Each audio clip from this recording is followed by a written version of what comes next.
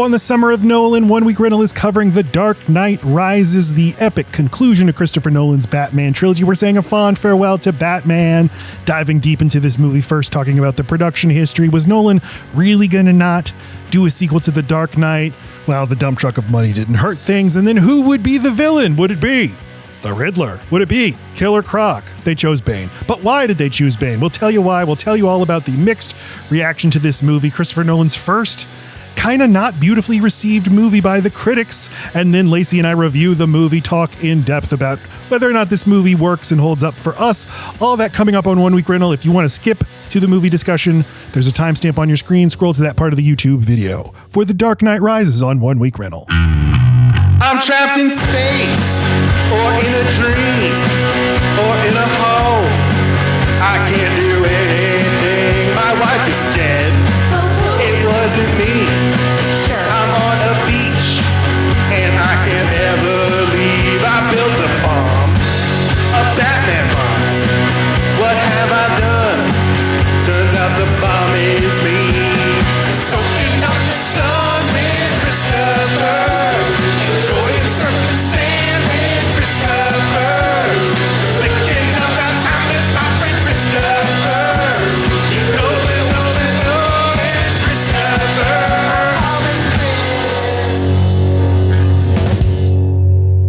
Welcome to the Summer of Nolan on One Week Rental. One Week Rental is the name of our show. I'm Matt Stokes. I'm Laci Roth. We're married. We're married to each other. We have opinions about movies. And they come up over the course of our marriage, as it might have happened in your marriage. Movie marriage. Maybe. Hashtag movie marriage. Okay. Maybe you're not married yet. Maybe it's because of all your movies. Get married. God wants you to. Find a Christian movie loving gal. Or a satanic one. That's fun. Find somebody who will put their big stiletto heel on your face and crush my balls. Eat an apple in front of you. Crush my balls, Anne Hathaway, right now. So every week on this show, we dive deep into a movie over the course of 7 days and then tell you everything we've learned, research the movie, read interviews with the people who made it. Then we regurgitate all the facts at you. If you like it or not, doesn't matter. Then we review the movie, discuss it, analyze it. And it's the Summer of Nolan. We're doing our 6th Christopher Nolan movie, The Dark Knight Rises. Can I ask a point of clarification that I'm sure if I listen to 3 episodes back, you will have answered this? All right. Are you making me watch Dunkirk? No. Nope. That's coming up on, I'm doing that with our friend Drew on a Patreon bonus episode. I remember liking it, but like war movies are a slog for me. You know what though? That movie's running time, 1 hour, 40 minutes. Mr. Christopher Nolan. I dropped to the ground and wept when in 2017 when I heard the running time, because these ladies and gentlemen and non-binary folks, these episodes are getting longer and longer along with the running times of these movies. Longer and longer and longer. Okay, can I drop my bombshell? I'm so intrigued to hear what you think of The Dark Knight Rises. Okay. Is it about that? Yeah. All right. Yeah. Anne Hathaway's parts in this movie are my favorite. Good. Yeah, she's great. I love her like this. I love her when she's a little unpredictable. I'd say that in that outfit. I've seen this movie so many times. I always was fine with her in this movie. Fine. I think the reaction to her was mixed. This is the thing that has grown the most, in my opinion, of this movie is her. I think she's great as this character. It's so the character's subtle. Not a great character in the movie. Right, but she makes it her own with her facial expressions. I mean, the writing is always not... It's particularly in the Batman movies, the writing just isn't at the forefront. But she's got better lines than Christian Bale. Well, yes. I mean, they don't ever give the women much to do. No, they don't. And I think this movie contains Nolan's worst woman character. And that's saying something. Actually, no, I mean, come on. Who else is in the... It's Marion Cotillard in this movie. Just, you're like, what's that Oscar-winning actress doing in every single scene, not saying or doing anything? I don't think you're right. Might she be a villain? No, I mean, fine. But you read movie language better than me in that way. But by the time you're on your, 8th Christopher Nolan movie, you're like, no, he just brings his guys. So I'm not at all surprised to see Jordan Levitt. I'm just... Joseph Gordon-Levitt. That is exactly. When I see him show up, I'm like, because I had never seen it. And I was like, this is interesting because like there's not enough room for another cop to have a lot to do. So I really thought like Christopher just felt like, this is going to be a slog. I want to bring all my people. I want to have someone to hang out with. So when I saw him, I was like, what's he going to give him to do? So when I see her, I'm like, I don't really anticipate that they need a lot to do. They just need to be in the movie. I mean, he ends up giving them both some things to do. I think of this movie as having too many spinning parts, too many plates in the air, and maybe True. it does, but Nolan's good and economical about giving his characters things to do and reasons to be on screen, except for Marion Cotillard, an actress I think is great. But this character, the problem with her, and it's kind of the problem with The Prestige with Fallon, where it's unusual in a movie to never get a clear shot of an actor. So something's up with that actor. And it's kind of weird that this character is only virtuous in this movie. That you might speak perfect Nolan, and I think that is to your detriment. I don't even think you know that you're doing this, but like, I don't know if I've seen a set of movies tip you off in such distracting ways. You keep pointing out how things are so distracting and obvious, and you're waiting for, why is this obvious, Nolan? Clearly you're not meaning to be obvious, but yet he just didn't know what to do. Like, she was going to be the villain, and he wasn't very good at pulling the wool over your eyes. One issue I have with this movie is I think you have so many great possibilities, and you do the least interesting thing with them. No thing are you more guilty of that. You're never more guilty of that. I don't know how you're going to get than that you sentence. are with Bane. And by adding in all this bullshit about the League of Shadows, I think way to make me care about this character less. And that is one element I feel like, pull that element away from the movie. It's cleaner. It's more, the movie's more light on its feet. It's more powerful. It's always bugged me. Well, I just very much think this is a Nolan, maybe going at 3/4 speed. I don't think he's capable of half speed, but he wasn't inspired by this, so he went back to the well. I think it makes perfect sense. Like, I don't want the series to continue, so let me make it do a perfect loop. I think it's nice and neat that way. And I did not log my shit on Letterboxd because I wanted to tell you on the podcast. So this is a 4. And God damn it, Matt, if this is the first one, you're going to have me work down, because I've been getting my, Nolan happens to be, it turns out, a director you need some like familiarity with and repetition. And I think I only Nolan dabbled, and that's why the first few movies just didn't hit. I think I'd appreciate Memento a lot more right now. So I'm a little embarrassed by my very recent past opinions. Well, if you're just now joining us, the world holds Batman Begins in high esteem. Laci and I don't like it as much as the rest of the world. Still think it's a solid movie, but The Dark Knight, and then The Dark Knight was like, it came out and people were like, this is the greatest comic book movie that's ever been made. Very important movie. And I've always held that movie at arm's length. Laci ended up loving it and has kind of talked me over. It's the most I've ever enjoyed that movie has been in recent weeks covering it for this show. But The Dark Knight Rises has always been my favorite of the trilogy. Until recently, when I watched it twice and suddenly started seeing all the seams and got very, very annoyed with so much. Well, don't you think the difference between 2 and 3 are super inspired Nolan, and especially because of just a special muse in that, in having Heath Ledger, and then an uninspired Nolan that went like the safest route, but his safe route's good. Honestly, I think we could end it there, because I do think that that's kind of it. Yeah. What this movie ultimately feels soulless to me. This feels like he says, I'm more of a craftsman than an artist. Yes. Here's a movie where it feels like you're gesturing at saying things, but not saying anything specific that anyone can nail down. And I'm given a unique opportunity to make the most expensive movie ever made. I can do whatever I want, but I don't really have any ideas.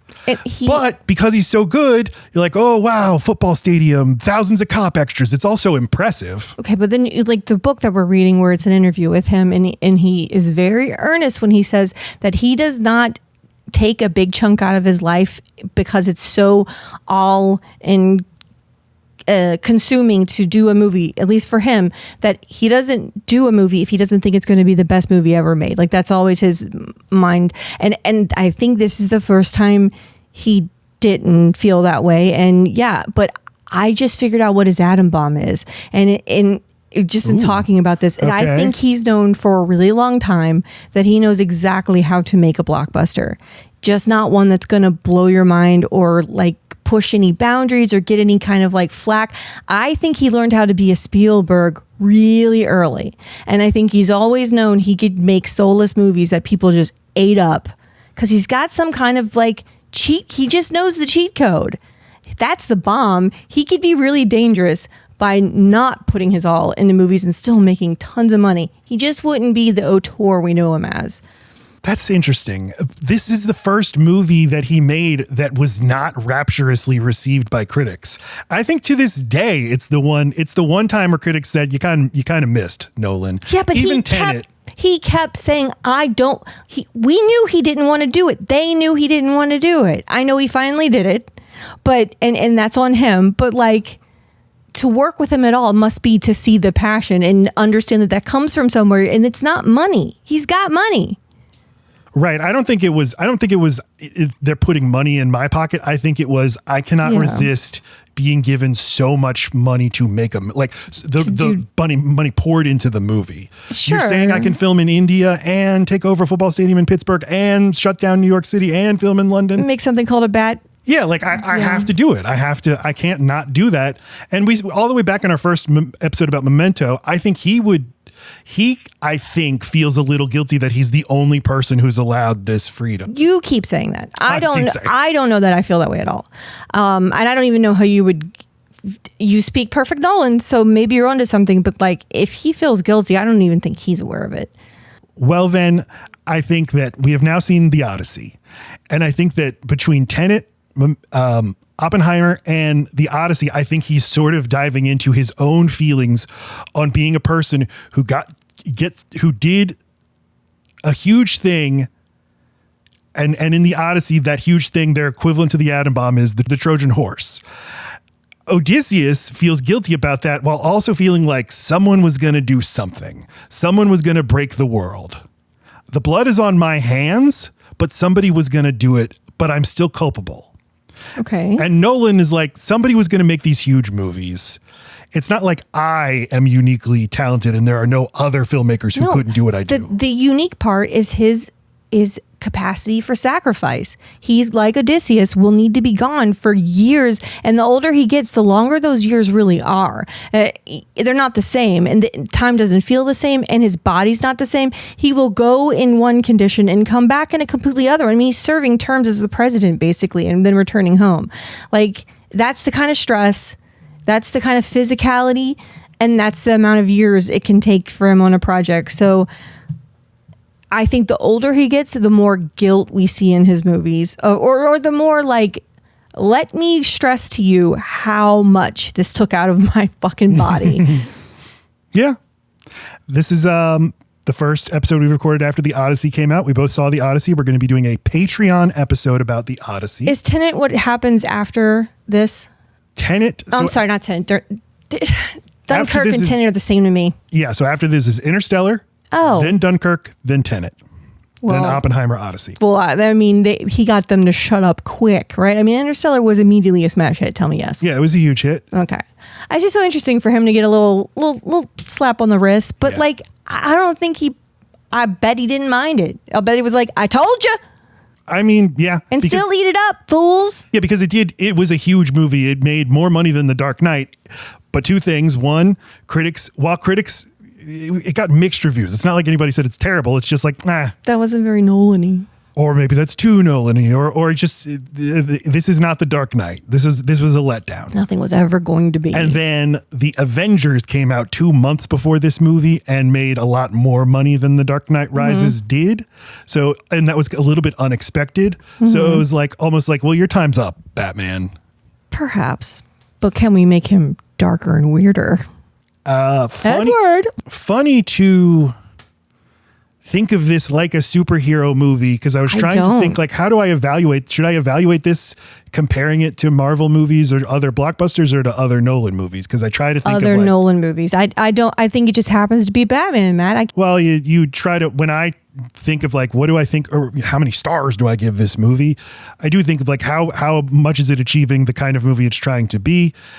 And the level of craft you see on screen, even in this movie, when you compare it to a Marvel movie. Like, I watched the Avengers last night just to give myself some context. So rinky dink when you go back to the first one.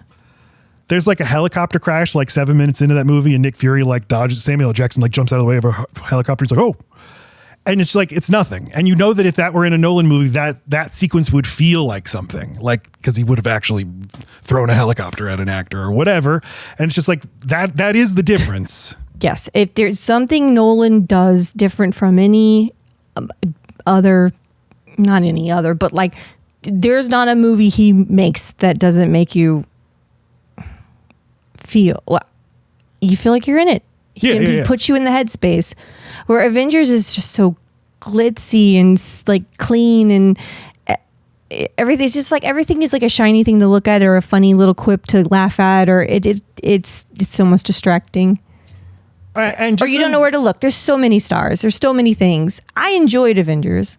I remember when it came out that I did. Yeah, we enjoyed it when we saw it in Iron Man's the one that's rinky dink. I'm sure Avengers is fine. I was just thinking, like, what was the very first bit of? It was just small, and it seemed so not yet what it was going to become. Yeah, Iron Man. I think that's the one. If you watch Iron Man now, you'll be surprised at how much it feels like you're watching like Daredevil or one of those X-Men. Early 2000s superhero movies. Yeah. The Avengers, what I found this time was astonishingly dull until the very end. It's just actors being bored, sitting around a conference room, and it's directed by Joss Whedon, a TV guy. Like he doesn't know how to direct actors sitting around having a conversation. How does he not know how to do that? Well, but he's acting. He's directing non-TV, huge, powerful actors on how to. I'm sure he was just like, let me not tell you guys how to do this. I don't know. It's just like the nuts and bolts of a movie, of how do you make a movie in terms of where do you put the camera? What are you showing? Does this make people feel something? Does it have the desired effect? Like The Dark Knight Rises, which I think is a weaker movie than most of his other movies, is still better than basically any MCU movie. Yes, because he's a pro and he knows to keep the crew together. When there's a shorthand for working with each other. I mean, the conference that I help put on twice a year with an entirely new crew, it would be a mess because you don't realize how much is happening seamlessly because you just know what role you are. You know what certain words mean. You know what a person's face means and when they need a break or when you need to eat. Like, it's in a different place every time. Slightly different people attend every time. But the real pros, if they can, seem to keep the same people around them. And I think that's like so key. And everything feeling cohesive, like something they touched rather than anyone could direct an Avengers movie, because it's all the same actors, but it's not the same craft each time. They also created the model of what the director's job is to direct the actors. The big action sequences are directed by visual effects people and often start years before even a director is hired. So, what? That's that's how. Jesus Christ, that sounds like it's fast food. Avatar. Yeah. Yes. No. Avatar. James Cameron directs all that motion. He's got his very tight control over all the visual effects. When you direct a Marvel movie, you have very little input on the action sequences. That's so fucking boring. Yeah. So what that's often why they hire TV people is, one, they can control them, and two, it's like, hey, just kind of create a good vibe, make our actors look like they're having fun together. This is a little party scene. Do a little party. So we have a Patreon where we're going to be doing an episode about the Odyssey and an episode about Dunkirk. Laci is going to join me to discuss the Odyssey. We have tons of thoughts. Fascinating to watch that movie in the middle of this series and feel like, oh, there's Inception, there's Memento, there's all I see like every one of his movies is in the Odyssey. But I wish I'd gone and seen Disclosure Day, because you said that it's the most Spielbergy movie that ever Spielberged. And I think I understand what you mean by that. And so I fully felt this was going to be the most Nolan-y movie to ever Nolan. And it was in the best way. Yeah. Oh, yeah. This just screamed to me that a man with confidence who knows what he wanted to make. There wasn't even a twist. And maybe it's like, oh, it's the Odyssey. How can you make it? You can make anything fucking twist. He could make a twist if he wanted to. And I feel like this is the first time where he felt like he didn't need to do it. And I'd say The Dark Knight Rises is when he tried to do the most twisty twist. And that's what backfired. It wasn't subtle enough.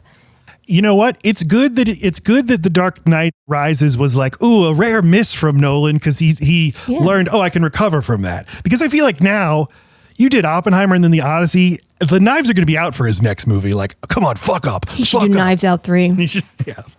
I don't think so. I think he's one of those rare people everyone's rooting for. Like, there's nothing offensive about him. He's just a nice guy, and he just works his ass off, and he puts everything into it, and he clearly is sad. It's just like the law. It's like the law of thermodynamics of art is like you Quit have speaking Interstellar. You need to fail at a certain point, or we won't accept it. But Martin Scorsese's never made a bad movie. Stanley Kubrick didn't make bad movies. Some people just keep making good movies. Any other business? Subscribe on the YouTube. We need to get to it, my man. Subscribe. My man. And if you're only listening to us on the podcast, subscribe on YouTube so that you can watch our bonus videos, including my video about The Road to El Dorado, that animated movie from DreamWorks that everyone said was so homoerotic, but I didn't think it was very homoerotic. Could have used a little more homoeroticism, but you can hear all about that in my video. All right, let's move on. History of Dark Knight Rises.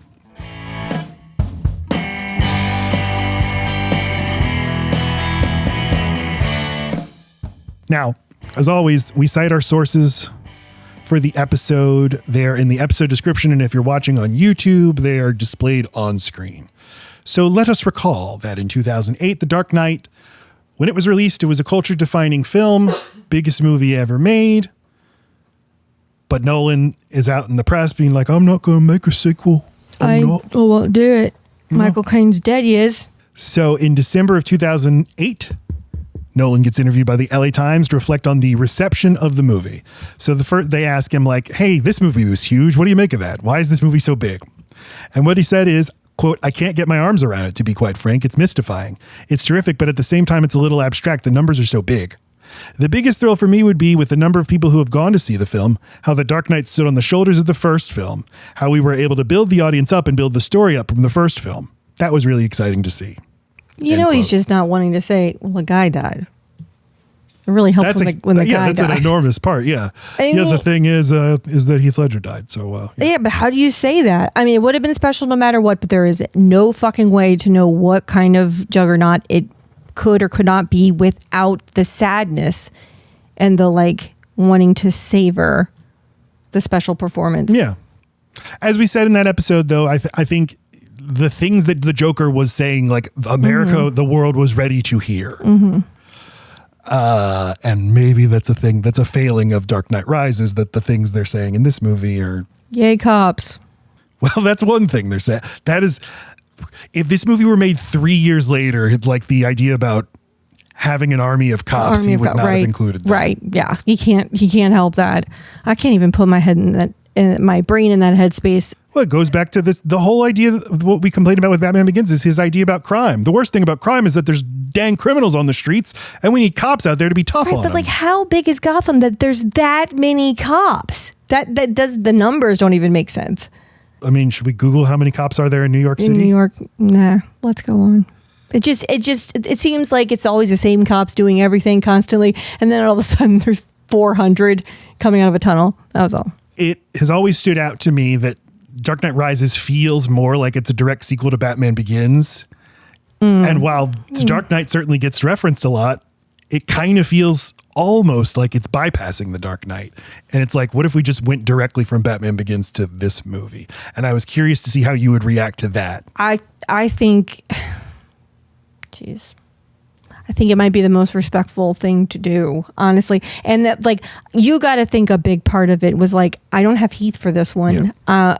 Returning to it, it's like, if you keep referencing him, or God forbid, show footage of him no one's ever seen from, or just put it on a news clip or something. If you try to steal valor from a man that's passed away, I think the most respectful way and safe way of doing it was to go back before he even knew what a special thing that was going to be. Yep. So I think it was, anyway, safe and fair.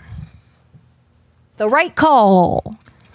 And probably when he realized he could do that, he probably finally said yes. You know what I mean? Because how do you get it out of your mind? They want a sequel to The Dark Knight. They don't want a sequel to the first Batman movie.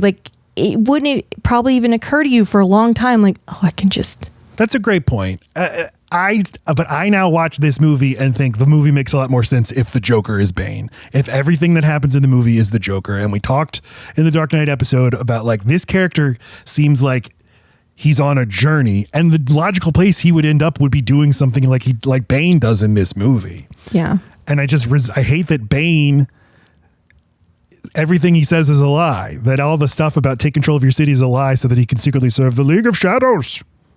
Burn Gotham to the ground. Well, that is very in line with the League of Shadows, is that everything's allowed as long as it reaches the end goal. The most moral thing to do is to completely kill this random United States city.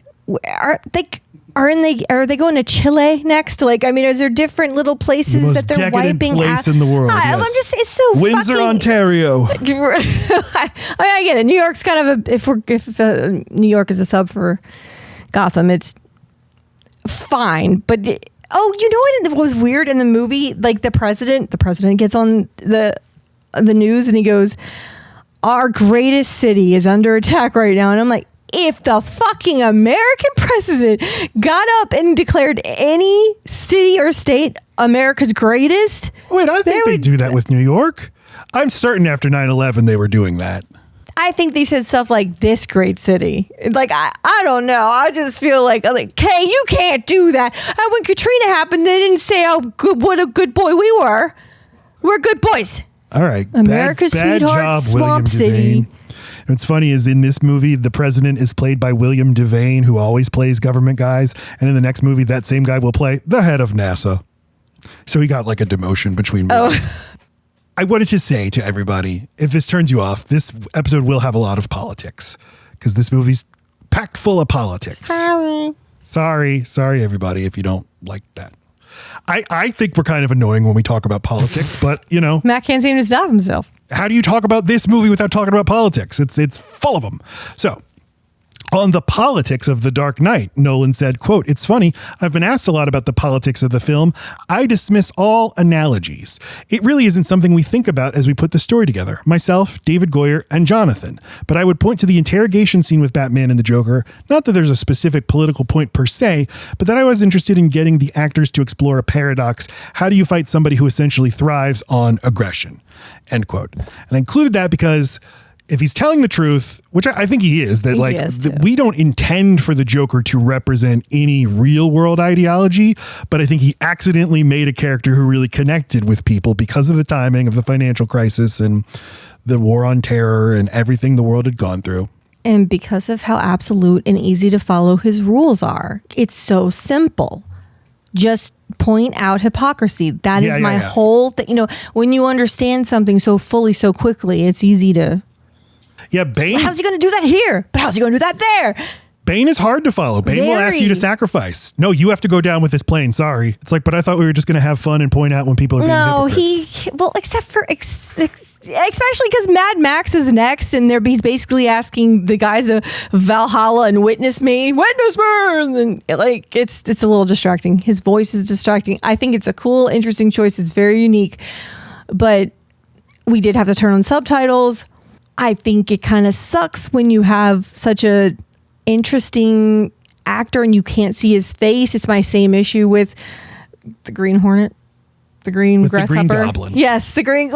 I know Tom Hardy's not like, he's amazing in Mad Max. He was amazing in Interstellar, and they're totally different characters. Yep. Inception, sorry. And then you take his little mouth away and I'm like, who's this fucking guy? Well, you and Max, our teenager watching with us, pointed out, like, what does he do? He's doing so much like caressing people, and he's the actor is compensating by doing all this other physical stuff. Like when I would have to wear a mask during COVID, I was doing all kinds of touching. Well, you can't touch, but a lot of arm stuff to compensate for you can't see my mouth. But this performance really resonated with people, and I think it's a great performance, and I think that the presentation of the character is so cool and iconic, looks great, sounds great. Great name. It's a big letdown that what they ultimately do with him in the movie, but he is great. And I think that Tom Hardy makes the most of you won't see my face. What else can I do to communicate to and I love that the Scarecrow is in all three movies, and he's just like more and more in the background. Now he's just a guy with a lot of desks on top of a desk. Love it.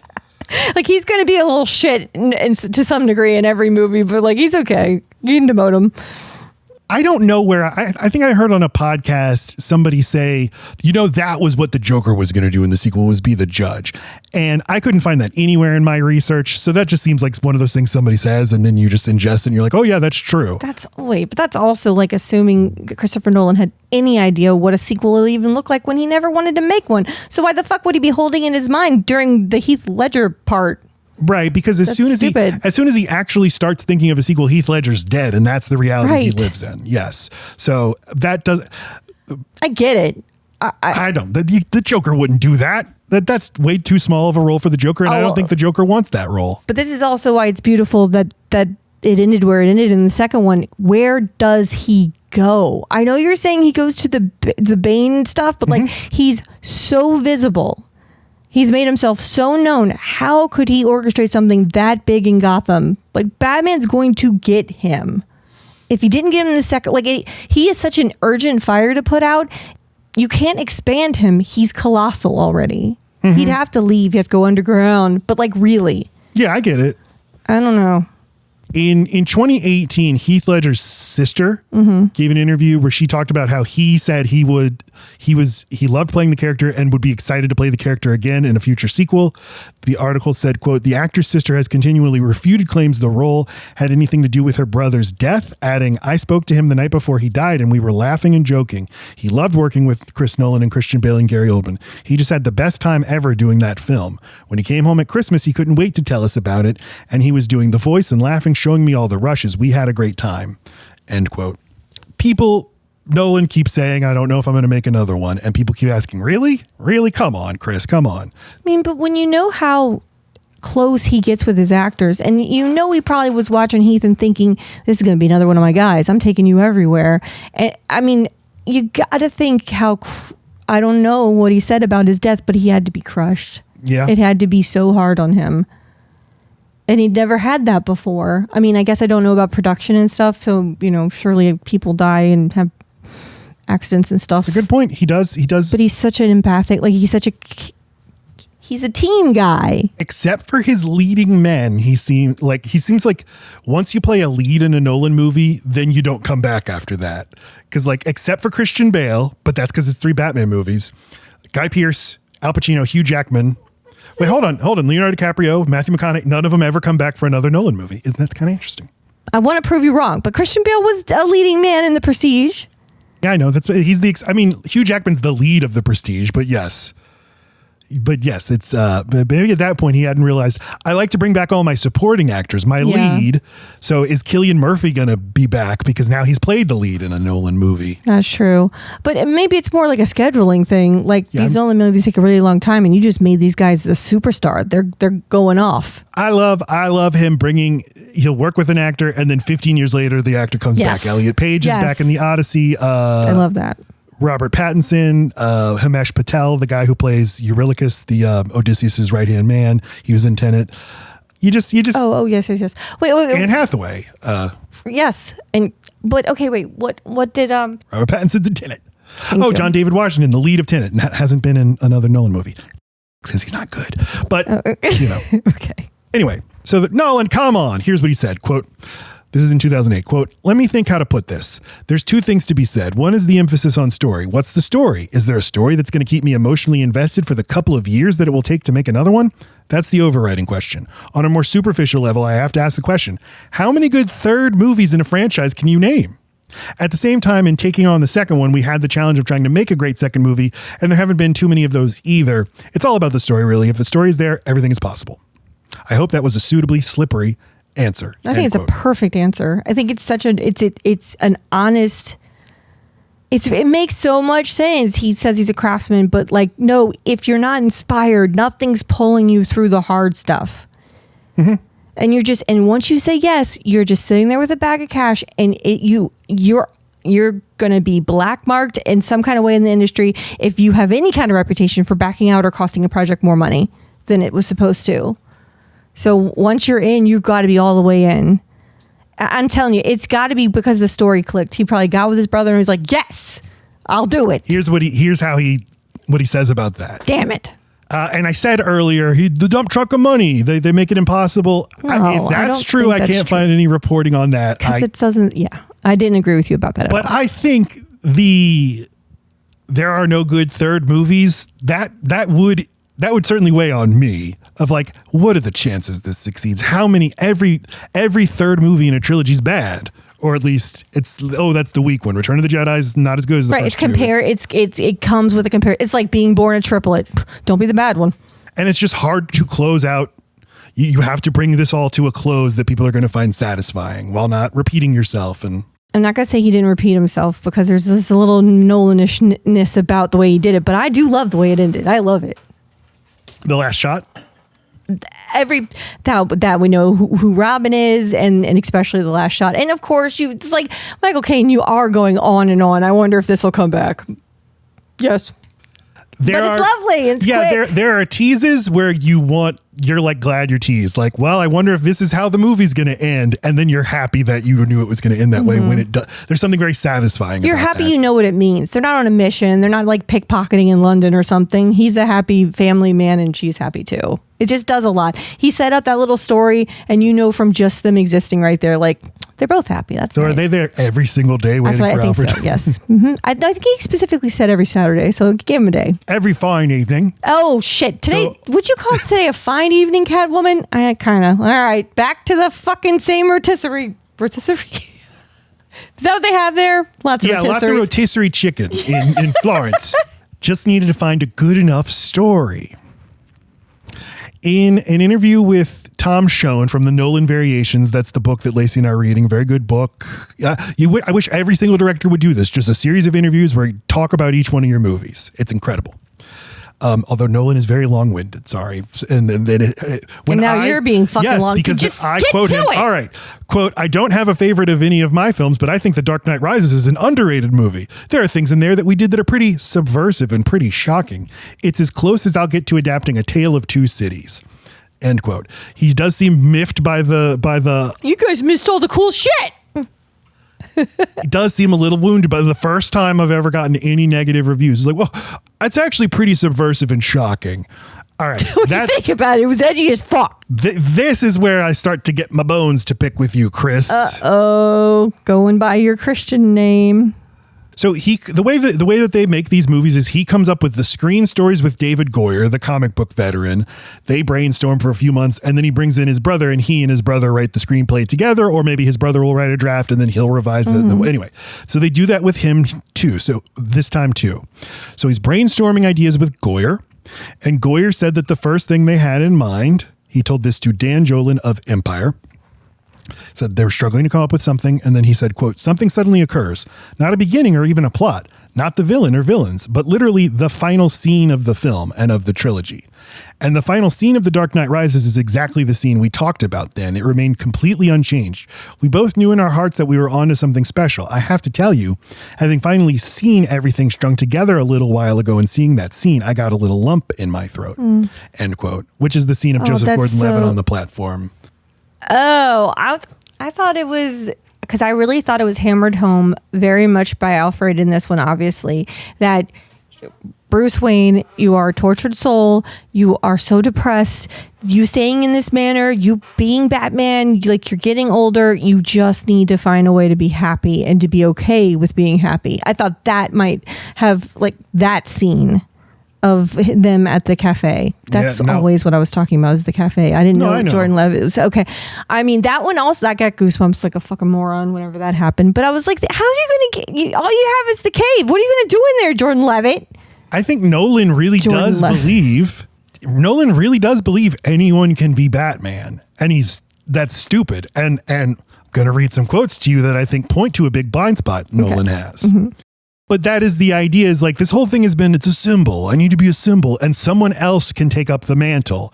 And so if they can have Lucius and all your fucking money. That's the thing. And when I say missed opportunities in this movie, Bruce Wayne going broke, that's a great idea for a Batman movie. Yes. Now find out how hard it is to be Batman when you don't have $1 billion. Alfred, buy the ballet. Alfred, give me a jet to swallow another jet. All you have is a fucking suit and a suitcase. Because the being rich is the most important thing about Batman. Yeah. It is not about doing lots of push-ups and being a smart detective. Well, I mean, being rich, yes, but also having a military weapons manufacturing company that you happen to already own. I run Blackwater. Yes, of course. I mean, look, without Lucius, he has zero things. He has eggs and toast. Thank you, Alfred. You're a lovely man, but you've got no body armor. And he gets back to Gotham City at the end of the movie and he's like, get me to Lucius. He can make me Batman again. How about no? How about let's see what you can do without all your shit? How about no? Yeah. Okay, what does Nolan say? Quote, there are no good third sequels. Rocky 3, maybe. But they are very difficult. I love that he said Rocky 3, maybe. Maybe. Fuck Godfather. So my instinct was to change genres. The first is an origin story. The second is a crime drama, very much like Heat. And the third one, we needed to blow up bigger because you can't scale down. The audience doesn't give you any choice, but nor can you go back and do what you did before. So you've got to shift genres. We went for the historical epic, the disaster film, the Towering Inferno meets Dr. Zhivago, end quote. And so in addition to all these movies he's citing as inspiration, he and his brother are constantly talking about the Iliad and the Odyssey. And then for more direct inspiration, Charles Dickens' A Tale of Two Cities. The 1859 novel chronicling the French Revolution, and Jim Gordon reads it at Bruce's funeral at the end of the movie. Far, far better thing to do. Yeah. Last lines of the novel spoken by the protagonist, Sidney Carton, as he goes to the gallows to sacrifice his life in the name of a greater good, and no one will ever know what he has done. So Bruce Wayne is the Sidney Carton character, but the novel's also about Paris exploding in revolutionary violence and retribution and trials of rich people and stuff. And it is clear that all terrifies Nolan. In discussions with David Goyer, they also talked about this movie needs to explore the consequences of the big lie at the end of The Dark Knight about Harvey Dent. But also, they don't say it, but also Alfred's lie about Rachel. And Laci's dead on when she said, Alfred, now is the time to tell him everything at once. Rachel doesn't love you, Bruce. Right. Saved everyone. 8 years of depression that you caused. So who would be the villain? Goyer said that at the premiere of The Dark Knight, a studio suit came up. This is from Empire Magazine. Quote, Goyer recalls studio suits at The Dark Knight premiere saying of the next villain that obviously it's going to be the Riddler, and we want it to be Leonardo DiCaprio. Ew! Oh my God. What would he... Leo. But I also read Robin Williams also got thrown around because he's always wanted to play Joker and Riddler. Yeah. I see without seeing. God, I don't know. Okay, if Leo kind of like leaned like in his like Django, kind of like just real greasy, real fucked up ways of thinking, I could see him being a whole other kind of Riddler. Yes. Yeah, he'd be good. It's just he'd do it. But it's just always Riddler's too similar to the Joker. You got to do something else. Yeah. So, but who? So in the Schoen book and Nolan Variations, he said, quote, the same way we looked at genre, we did the same thing with villains. You have to go, okay, what different types of villains are there? Ra's al Ghul is very much this Bond villain, an intellectual who's got a philosophy he's trying to put on the world. The Joker is mad. He's a serial killer. Bane needed to be the monster. It's Jack Palance and Shane. It's Darth Vader. It's Kurtz. He's a soldier.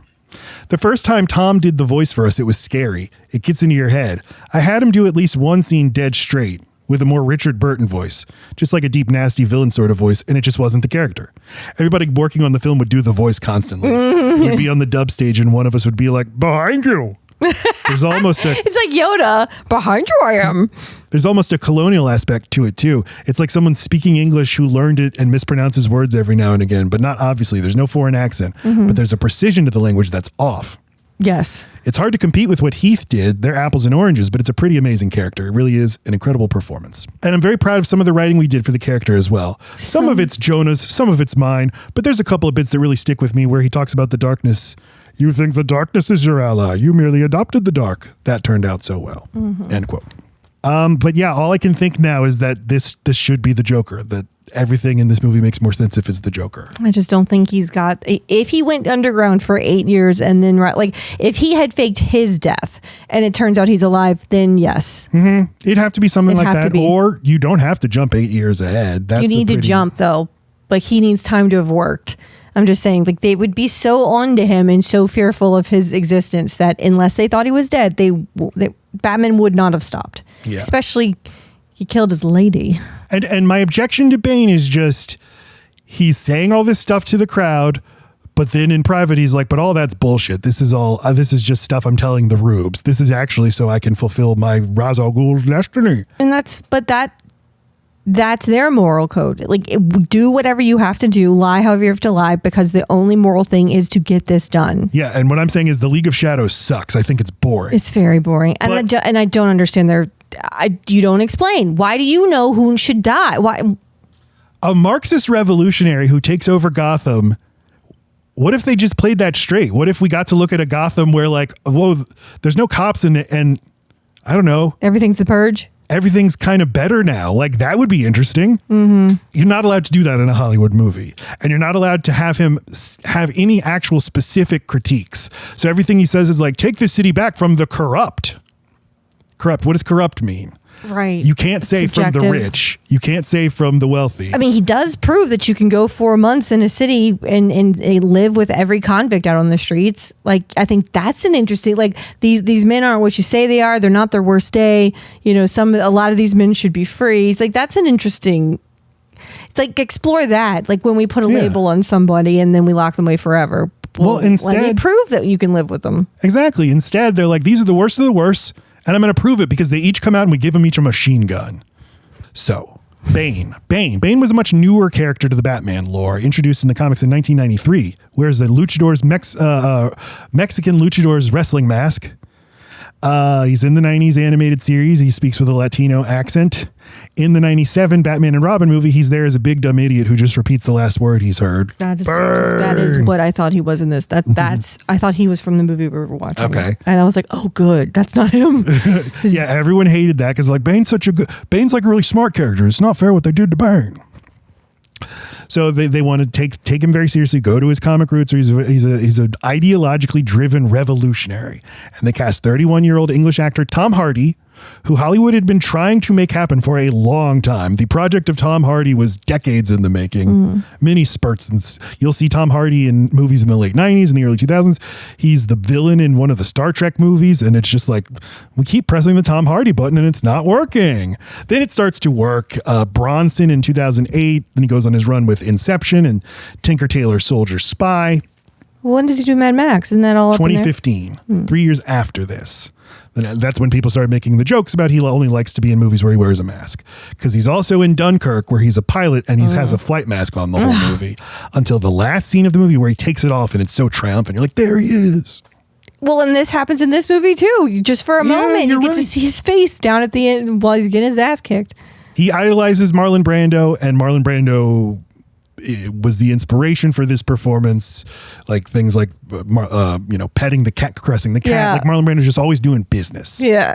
if caressing Eva Marie Saint's glove, he's just always got to be doing that. And it's so striking in this movie. I will say this movie does have one too many white men. Like they introduce the guy that procures the fingerprints, the guy that they're for, and then this little whiny bitch cop that's going to replace Commissioner Gordon. I don't even know who works with who or who knows each other, because one of them's a shareholder, but one of them's that got annoying. I know all these actors, so it's least easy, but I'm like, wait, is he no, he works for Ben Mendelsohn, or does Ben Mendelsohn work for him? And they're all kind of slimy looking. They all have an off-putting like way of talking. And I'm just like, Bane still lingers in the public consciousness. Few villains. I mean, it's that maybe this is the most impressive thing about the movie is that the Joker is the most iconic superhero movie villain of all time, and Bane's like right up there with him. But how pissed is the French lady for being like, it was me. I was that. I was saying all those things. Bane was saying them for me. No. She gives the most long-winded speech about it is the knife that cuts when you put the knife in the body and the knife. Well, sounds like maybe the knife didn't go that deep this time. And it's just, I think that this screenplay, everyone in this movie has like mush mouth or so. Like they have so many long things to say. And this is a movie that gets worse the more times you watch it, because you start to, with the first time you see it, you're like, oh, it's also cool. And then you start to notice all these things. I believe you. You're reading an article from Teen Vogue. Cool. Well, 2012, this movie comes out and Rush Limbaugh says Christopher Nolan is a leftist because he calls his villain Bane, and Bane is the name of the company that Mitt Romney runs. Because it was the 2012 election, Mitt Romney versus Obama. Now, Yeah, not because he's in the comic books for fucking decades. after the movie was written, but during its production, a very fortuitous thing happened for the movie's fortunes was happening in the world, specifically on Wall Street. You recall what that was, 2011? Yeah, Occupy Wall Street. Occupy Wall Street, yes. It gives this movie the sheen of like, oh, this movie's about something. It's saying stuff. When really they just needed to hack in and take all of Batman's money. Yeah, this movie's not saying anything. But he's the ultimate person to take the money. But like, if you're trying to show how none of us are actually that different, look what happens when you take away Batman's stuff. Nothing happens.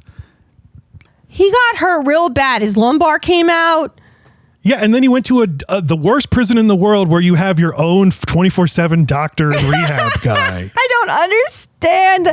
I mean, I get it. Bane's trying to like torture him with hope, but are you sure this feels very Bond villain? Like you really want to leave him alone for a long time just to prove a point because he's just going to get out again. Yeah, I know, which is why I like at the end of the movie, Bane's boss, Marion Cotillard, says, let him live until the bomb goes off. And she leaves and he's like, yeah, I'm not going to do that. I'm going to kill you now because we both know. Mm-hmm. But Bruce Wayne going broke, there's so many possibilities. And what the movie does with it is he goes home and his power gets turned off. Then gets to fuck like the best thing ever happens to him when the power goes off. How about this? How about you go broke and then you find out I'm too rich to go broke, and that kind of radicalizes him. I lose all my assets and immediately like the system I get bailed out by the government or a bank still willing to give me money. Because Lucius Fox says like, well, long term we'll be able to prove fraud, but in the meantime, gonna have to tighten your belt, Mr. Wayne. Then during the rise of Trump, a lot of people were pointing out, hey, Trump's kind of like Bane, isn't he? In the Nolan variations, quote, The Dark Knight Rises could take some credit for intuiting the seismic shifts that would lead to the election of Donald Trump, whose black plate glass tower on Fifth Avenue provided an exterior for the front of the Wayne Enterprises building. I'll tell you, it was really terrific, said Trump in a review of the film posted on YouTube, praising its cinematography and pointing out that, most importantly, Trump Tower, my building, plays a role. End quote. I should have gotten that video.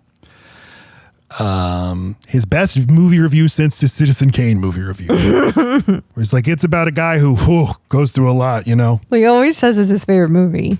Citizen Kane and Bane. Trump's 2017 inauguration speech, people were pointing out, hey, it sounds like you sound like Bane when he said, quote, today's ceremony, however, has a very special meaning because today we are not merely transferring power from one administration to another. We are transferring power from Washington, D.C. and giving it back to you, the people. But here's what Nolan has to say about the politics of this. Quote, of all of my films, The Dark Knight Rises is the one that's been pushed and pulled in the weirdest number of directions. I think you have to go out of your way to look at the film and attribute to it right-wing characteristics.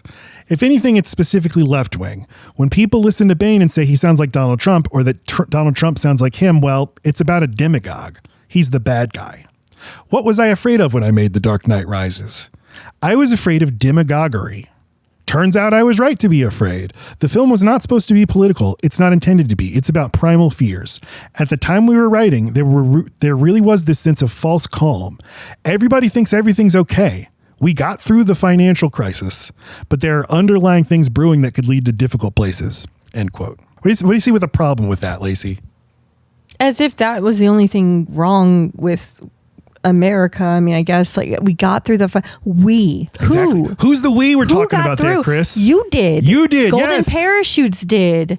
Wall Street did. My dad was an ad executive in the 70s. He's not your lived. Dad. Christopher Nolan. Because if you want to bring up your dad, you could give an example of how we did not all make it out of that crisis. Yeah, yeah. My dad's business. Company. Yeah. Well, not an oil business. It doesn't make it through all the wars. It doesn't make it easy when you're selling that commodity. It was a hurricane. It wasn't an oil. A hurricane. He sold gasoline. But it was teetering on an edge because it had gotten hurt. Yes. Just that phrase is, we got through the financial crisis. Like, no, we didn't. The world still is not over the financial crisis. Right. The jobs never came back. And if you believe that, it shows. It shows which side you're on. And it doesn't mean you're a bad person. You're just blind. Yes. Which is the ultimate privilege of wealth, is not having to notice that you have all of this privilege. And to a person like Christopher Nolan, the system is good because the system has rewarded you. You rose in this system. Therefore, it's good. And the ultimate fear is, oh God, what if the slobs out there, the blue collar plebes on the streets, decide that they don't like this system and they want to burn it down? Well, because I think people feel that way because they think deep down, or they understand deep down, that they've had to step on people and have probably injured people, and are, just a couple people removed from themselves, downwind of them, is a lot of shit they need to say they're sorry for, but they don't. They keep their blinders on. Like, oh, I don't know who outsources what in my company. I'm sure it's fine. But what I thought you were going to say is, what all these wars and all these places we've occupied and all these lies we've told as to why we do it, and the good we're causing, and the more the internet exists and the more TikTok exists, the more that is really being shown to everybody that America is not good. I thought I lived in the most moral, powerful country for until my 20s, probably. Like I really thought like everyone wants to be born here, and to know how disgusting we really are.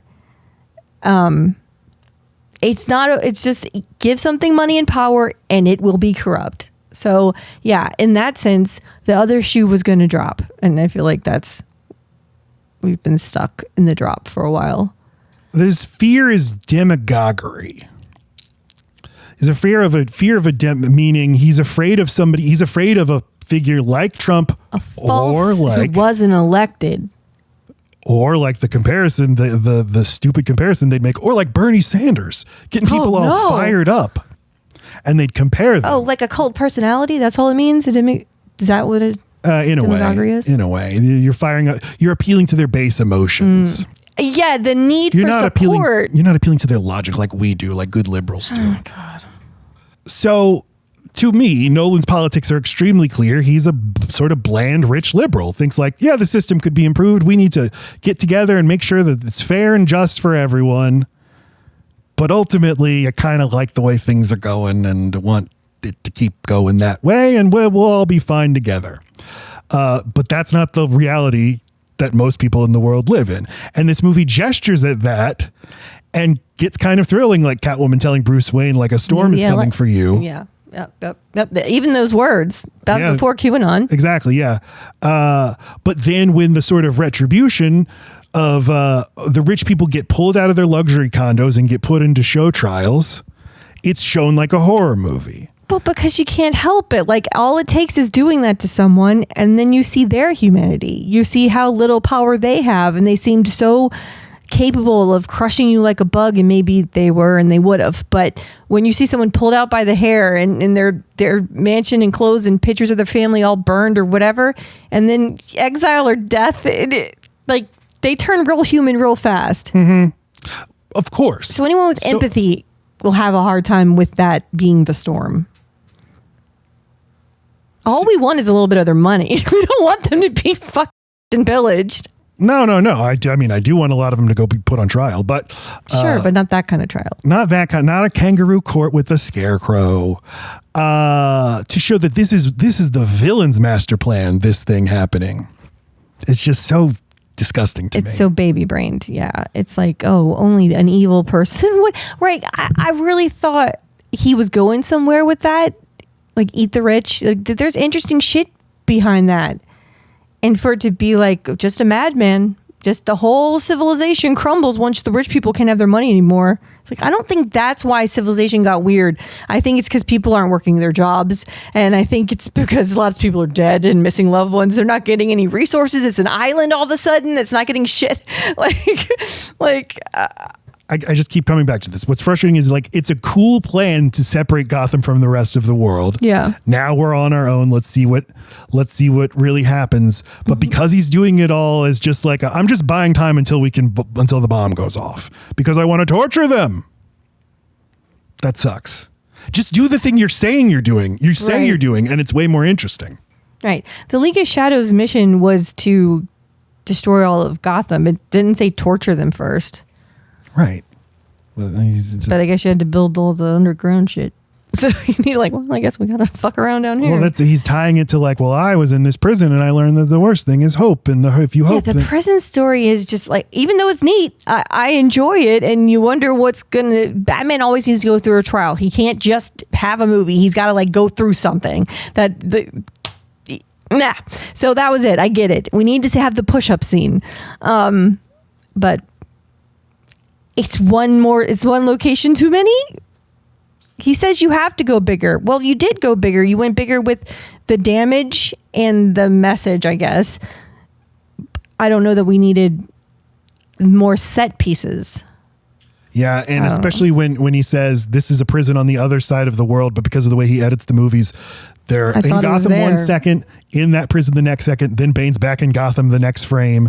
I didn't know it wasn't in America. Yeah, no, it's not. It's in they say the Middle East. It was filmed in India. I don't remember which country it's supposed to be, but there's no mention of having rebuilt Wayne Manor, but clearly they have, because now they're back in that setting, and then they're back in the old Batcave. He spends time there, but now because that one is unavailable, now they go back to the second movie's underground fucking FedEx ass looking way too bright area. It's just we get it. We're going to a lot of places in this movie. We really do. We even go to Catwoman's apartment. Why? But you liked this movie a lot. You and the but kid look were what you're very doing into to me. Sorry. It was enjoyable. I love how it ended. And watching the movie, even though you two are very annoying, you squawk like birds the whole time talking, and I keep going, shut up. When you two are really into a movie, it makes me think oh, now this movie's good. What am I talking about? Hey. We were having fun picking on it toward the end there. I mean, but because it was fun to watch. Yeah. It's a dumb movie for smart people. Good. I was going to ask, where do you qualify this? Yep. So, I mean, the movie had the biggest budget of any movie ever, $260 million, shoot all over the world. First thing they shot was in India for the scenes where Bruce comes out of the prison, gets out of a big hole. Oh, there's rope here. All right. What a weird thing. I really understand what I went through for that, having done this first in the movie. An hour of it is shot in IMAX. That was an unprecedented amount of IMAX photography to do. Of course, the Odyssey, the entire movie was shot in IMAX. I mean, IMAX Laci is just an enormous camera that's really heavy and loud. So it's very expensive and difficult and produces extremely big, high quality images. Can you imagine the RAM needed to download that file? Oh my God. They're the reason. They shoot on film, but then of course it has to get transferred and transferred. Yes. Whew. I like when you read about a movie and it says this movie took up 18 quinterabyte tillion of whatever. I always like hearing the storage that it takes up.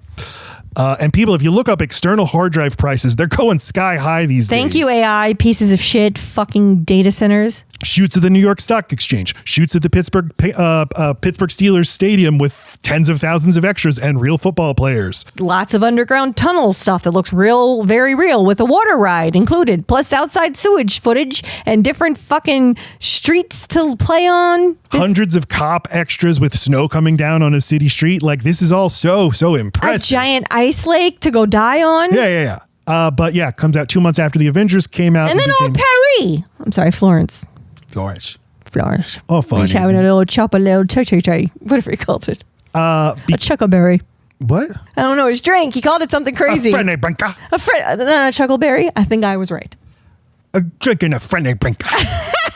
But because the Avengers had made so much money, it was always already Dark Knight. That was we're kind of done with you. We like this bright colored, fun Tony Stark. Yeah, they have an army now.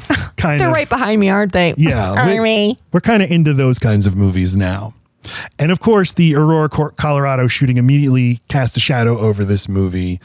And I said on our Dark Knight episode, I had to do an addendum to correct the record that the shooter in that case did not wear a Joker mask, never declared I am the Joker. That was entirely a fiction made up by the New York City Police Commissioner commenting on a thing happening that he was not involved with in any capacity. But everybody's like, ooh, it just sounded so good and so true.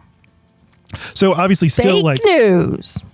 I mean, I remember hearing that news. We were at your apartment. I slept over at your apartment. You sexy kid. And I was up before you scrolling on my phone and finding out about this. And this was back when mass shootings were still shocking. Mm-hmm. But that definitely cast a shadow over the movie. but the movie makes $1.1 billion. It makes more money than The Dark Knight. Jesus. I know, but inflation. Well, right. They made but it's it just out like of the crisis, Matt. But it's just so funny. Like, disappointment. It didn't become the biggest movie of all time. So it didn't have Heath Ledger. This was never gonna happen. But what about the Tale of Two Cities I put in it? Like Chicago and London. But we don't have a Heath Ledger, but we have Charles Dickens. Oh, a doll's chickens. I could read him every day. All right, you ready to talk about The Dark Knight Rises, the film itself? You know I am. Let's do it.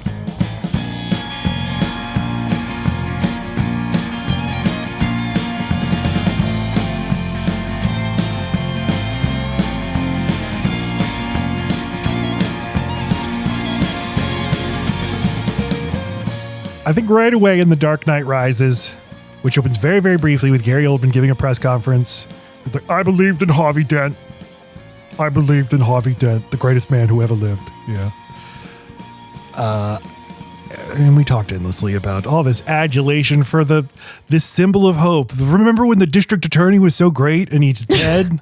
Everyone's favorite guy. He inspired us all to be better. You know who I know more than I know the district attorney of New Orleans? I know Morris Bart, who is the number one plaintiff attorney the car accident that advertises. God bless you, Morris Bart. Yeah, I don't. There's so many other people I know fighting for you. I feel like maybe is this the movie saying we know that was stupid? That's no, I think it so believes in that, but I think that you raised a great point of like Heath Ledger's dead, so we kind of have to pretend Dark Knight doesn't really exist. Because anything that we reference from Dark Knight, we then have to mention the Joker, and then we're all like, "Oh, Joker!" Right. So we will really get into the Dent stuff, because that happens at the because that does happen in the second one, the Dent situation. But it's like they're pretending that's the only thing that happened during that time. They mention the mafia, and they don't mention him at all. Would everybody be constantly talking about the Joker? It's all up. There would be shirts like Chavez, like Shea Rivera's or whatever. Like I survived it. Well, and then like 9/11, 20 years goes by. Now can we start joking about it? They're painting Tiny Lister's face on murals. Yeah. He didn't push the button. I don't know. That's almost a little too like sentimental. I guess 8 years isn't quite enough to go by for people to start making sarcastic jokes about it. You just need one or two generations of kids to come up who did not experience it for it to start being like, yeah, when they're like, I heard Harambe did the fairies. Yeah, like that. That's what the kids say about 9/11 now. When you don't understand what it was like, kids, you Zoomers, you whippersnappers who were born after 9/11. And Alpha. You know who you are. I don't know. I think the Twin Tower jokes are funny. Yeah, I do too. Yeah. Yeah, like when I said Skeeter Valentine from Doug died in one of the towers. All right, so we open like how Dark Knight opens with a grand IMAX sequence that they played in theaters, 6 minutes in theaters to whet your appetite for the movie. They did the same thing with this plane sequence, crashing this plane. They showed this in front of a movie? In front of a movie. What front? What movie front? I don't remember what in front, but everyone had the exact same reaction. I can't understand a fucking word that guy's saying. And they remixed his audio. Like the original audio filter they had on him made him much more garbled. It was like the first time, because everyone's always complaining about Nolan. You can't understand a damn word anyone's saying in these Nolan movies. But especially true of Bane. He's got a thing on his mouth. I mean, I think we all underestimate how many people are a little bit hearing impaired. I think even the people who are impaired underestimate it. And then you go covering someone's mouth and you're like, I've never felt more deaf. Oh my God, I'm going insane. I don't know what you're talking about. Okay, you are so in denial. It is frustrating. I know that was a joke, but like, we have to have a talk. Here's what happens in this opening. This prologue, Aiden Gillen Littlefinger. I'm CIA, he says. He announces they have this Dr. Pavel, a nuclear physicist, who's along with these hooded figures. And Littlefinger's like, who are those hooded guys? And they're like, they work for the masked man. And he's like, Bane, welcome aboard, everybody. And then they're in the flight, and he starts shouting and he's interrogating them. Well, tell me what you know about Bane, or I'll fucking shoot you and throw you off the plane. And then Bane is under a hood, but he starts talking. They must be wondering they are. If he sounds like Yoda to me. He does. Why would one shoot someone then throw them off a plane? I don't know. To be sure. Yeah, that doesn't seem like a stretch to me. Like, shoot him and then throw him throw off. someone off the plane, maybe put them out of their misery so they're not terrified all the way down. What if they land on a trampoline? Exactly. It's called a double tap. And like in the last movie where the Joker, we first meet him behind a mask. Here we're meeting him behind a pillowcase. It's kind of cool. But you see it coming a mile away. I mean, there's 3 of them for a reason. And this one seems really giant. You know, And Tom he's so Hardy's quiet. He's actually only 5'9", but they shoot him from down here. him like he's enormous. And he did bulk up. Tell me about Bane. Why does he wear a mask? Why is that your question? That's his question. That's your question. Does he have an underground lair where he's going to destroy a city? Was he in some sort of shadow league? What's with the jewelry, though? How does he order his steaks? Boxers or briefs? Tell me. Perhaps he's wondering why someone would shoot a man before throwing him out of a plane. That's highly specific, okay. sir. Who are you? It doesn't matter who we are. What matters is our plan. So Littlefinger pulls off the mask. Bane trick. Jane. It's Tom Hardy in this mask. No one cared who I was till I put on the mask, which goes to what you said, Laci, about the Joker. No one cared who I was until I started doing Joker shit. In a Bruce Wayne world, you gotta become a little mad. You gotta become a little theatrical. Right. You have everyday complaints. You're an everyday person, and they see the poverty. They see the lack of education. They see the lack of support with childcare. What do they see? They see tired, sad adults who cannot get to the middle class or get beyond it. But they don't really see you at all. To them, they're making it through that financial crisis. Let's go, Nolan. We got through it. It was rough. We got through it. Yeah. Together, hand in hand with those people who are in the back of the plane. Why are they? Now you have to listen to our plan. Wow. Okay. Weirdly, the thing you put on your face, sir, makes it hard for me to listen, but that's fine. If I pull that off, will you die? And he says, it would be extremely painful. You're a big guy. For you. Yeah. Now, this has been an intense debate on the internet for decades now. Is he saying dick and butt? Is he saying you, Littlefinger, are a small guy, so you think I'm a big guy? Or is he saying if you pulled my mask off, it would be painful for you? Oh, is he completing his sentence? Yeah, well, because it does seem like it should need to be completed. I took it as like, for you, I'm big. You fucking see. This is funny because this is a dress thing or a Yanny Laurel. You either see I've only ever thought it makes sense. It would be painful for you. He does seem like the kind of guy that'd be perturbed that you interrupted him. You know, like I wasn't done finishing my little talk. And I thought like that nobody actually thinks he's saying you only think I'm a big guy. You shrimp. All right. So was getting caught part of your plan, like the Joker in the last movie? He is so hyped.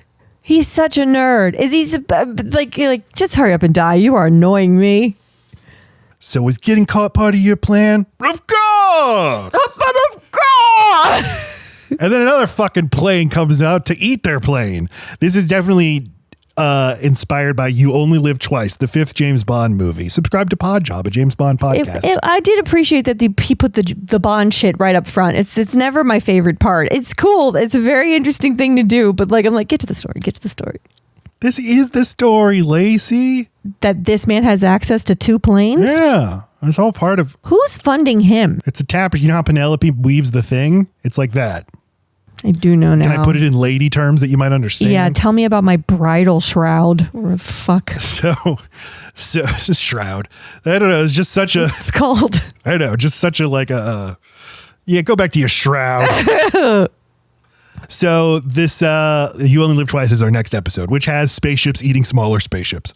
So what's the next step of your plan? Crashing this plane with no survivors. And then the thugs to infiltrate the plane and shoot everyone. And fucking love it. Love the plane going into a nosedive and its wings flying off. I love that piece by piece it's being more digestible to this other bigger plane. Yeah. Now, can you tell me what exactly they're doing is tactically? Like what they're hoping to achieve here? Okay. Yes. They want it to look as though the only doctor that can make a nuclear bomb out of the machine that he wants to get his hands on has died in a plane crash. That's it. And the way they do that is by taking some of Dr. Pavel's blood and squirting it on another guy. They knew Dr. Pavel was in this plane. Yeah, but they pull out a body bag so that to be the body of Dr. Pavel. Yeah. They take Dr. Pavel's blood. What do they do with the blood, though? Yeah, I'm Dr. Pavel. That is, yeah, that's stupid. He's still got his own fingerprints and his own face. It's a fucking, I mean, and if he's flying out, then he's just landing and getting mangled. He's not being burnt alive. He's just some fucking guy sprayed with Pavel blood. Pavel killed this man, and then the plane crashed. But of course, the CIA flight manifest lists one of the thugs, so they're going to expect to find one of the thugs. So, as we see, the devotion Bane inspires. It's really stupid though, because like it you're just taking pieces of the plane off one by one. Yeah, sure, it's a weird crash, but do you think anyone is going to be like, I think thugs from the sky in a bigger plane kidnapped this plane and tore it piece by piece? Like, why leave a thug? Just let it be a crash. No Bane needed. Wait, so you're saying... Like, all they need is for that guy to be dead. Mm-hmm. So you don't need to leave one of your guys with it, because it could just be that the plane crashed, not that you made it crash. It could have nothing to do with you or these thugs. It could just be like, well, that plane went down. I guess this was the most practical way to get another guy who they could say, this is Dr. Pavel dead. It's all about Dr. Pavel and his death, because he's the only nuclear scientist in the world. I mean, I get it that they need him dead, but why would a plane crash would kill him? You don't need a thug to crash the plane. Planes crash all the time. It's fun because he's got a plan. I'm sorry, but you find a fucking random guy that has nothing to do with the flight manifest in a body bag, have you? It's sprayed with the blood of Pavel, and he's among the wreckage, but not Pavel's body. I think you're raising more questions. Now, I believe in the movie they say this is in Uzbekistan, so I think this is just part of the world. Like, this is like former Soviet Union, and Putin's like having planes go down all the time with his political enemies. So you're not asking too many questions. I got you, but you also didn't need to kill your man. You didn't need to kill your guy. Quit killing your guys. That was needless. He seems very happy to be lit. He just wanted to see. Yeah. The guy's so happy to oblige. Like, no, they expect one of us. Have we started the fire? Sure. It's raging in my loins. Of course. The lady who likes fires likes this one. The fire rises. All right now. He doesn't even answer, and he's just like, fire. No, he says... I know, but... Yeah. Poor little guy. Said it before, I'll say it again. It sucks that the whole thing with Bane is he's a liar. I just wish he was... He's not a liar. He believes everything you say. No, he doesn't. He does not. Matt, it's not a lie. It is him convincing the city to torture itself. He lies to the city. He says he does not tell them you're all going to die in 5 months. He's telling them, I've liberated you. Take revolutionary action. He is a torturer. He says that. He tortures with hope. Yes, he does. No, he does not tell the city that. He tells Batman because that wouldn't work. He's torturing the city with hope. He's torturing Batman further by making him 4 months watch a city not like accepting that they're going to die and trying to get out, and a city thinking they're going to make it is going to stay right there, have hope, and then Batman can slowly watch them die. He's not lying because he's a liar. He's lying so that he can further torture Batman, who is the ultimate betrayer. He's lying about his ideology. This is why... Don't do this, Matt. Yeah, and this sucks. I hate this. Yes, but he's not a fucking liar. He's a crazy person who wants the maximum amount of pain inflicted on these people, and mostly on Batman. And to that end, he meets it. And what I'm saying is that's less interesting than the kayfabe lie he tells the crowd. It's way more interesting. Like Magneto. What's compelling about Magneto is he's right. Mm-hmm. I think that the things Bane tells the city he's right about. It would be interesting if he believed them. Nolan isn't that deep. Nolan isn't that political. No, I know. Nolan is not political. So Nolan just recognizes that politics are good stories. So like he gets political adjacent all the time. And you're like, oh, wow, he's really going for a deeper meaning here. And then like you hear an interview and it's just like, I was just following a good story. He's like, yeah, I guess politics are in all stories. Yeah, it's political-ish. It gives you and then people can watch it and see what they want to see and take away what they want to take away. You need old butts in the seats. So immediately you get one of those Nolan cuts. Now it's New York City, unlike Chicago last time. Can I ask a question? How many funerals have you been to where someone bothered to make a giant framed picture of the person dead? 2 of them, the exact same framing the people like that man did not take a second photo. So, well, this isn't a funeral. This is Harvey Dent Day. It's now 8 years later. Get another picture. How about when he was like sworn in? Maybe like a meaningful picture to his fucking office. Him walking in a courtroom, something.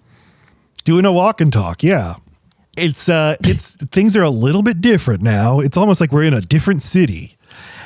Mayor Garcia is talking about how it's Harvey Dent Day. This is actually the thing. When I said right away we see the problem, I was mixing it up with this right here. Yeah. So it's this speech that he gives, and over and over again, the people in this movie deliver the most long-winded and circuitous dialogue. Yeah. So also, is it weird that the mayor is still the same mayor this many years 8 years later? That's, I mean, and who knows how long he was the mayor before? Right. We don't know. I think that is like he's riding the wave of having won the war against crime. The RICO thing that will expire in, I thought, 18 months. Like, are the people not just right back out? I don't get it. Yeah, that was like we can keep the lower level guys in prison, but they hadn't passed the Dent Act yet, Laci. The Dent Act gave Dent Act really rolls off the tongue. It finally gave law enforcement real teeth to go after criminals. We needed them to have more power, and we needed more hazy judgments to be able to, or laws to break, so that the maximum sentence for minimal crime. Mm-hmm. It's, you have an Italian last name, get out of here. Loitering, sorry fucker. That was mob Blackgate loitering prison for you. That looks like mob jaywalking. Get in the asylum. Yeah, you were on a bench with a known mob associate. Guys, we already built like a really big tower, like it's circular and it has many layers. We're gonna look stupid if we can't fill it up.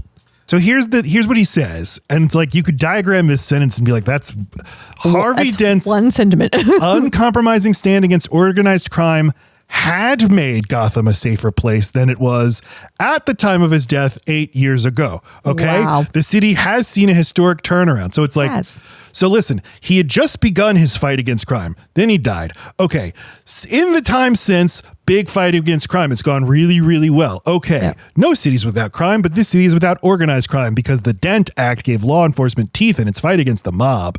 Now people are talking about repealing the Dent Act, and to them I say, not on my watch. I do want to say something about the Dent Act, though. It's mob specific, but like, who gets to decide who's in the mafia? Yeah, that's what so I mean, it's just like what they do with calling every black person a person in a gang. Mm-hmm. Yeah. An associate of a gang. Like, oh, so a neighbor, so or a black person, a person, a fourth cousin of right.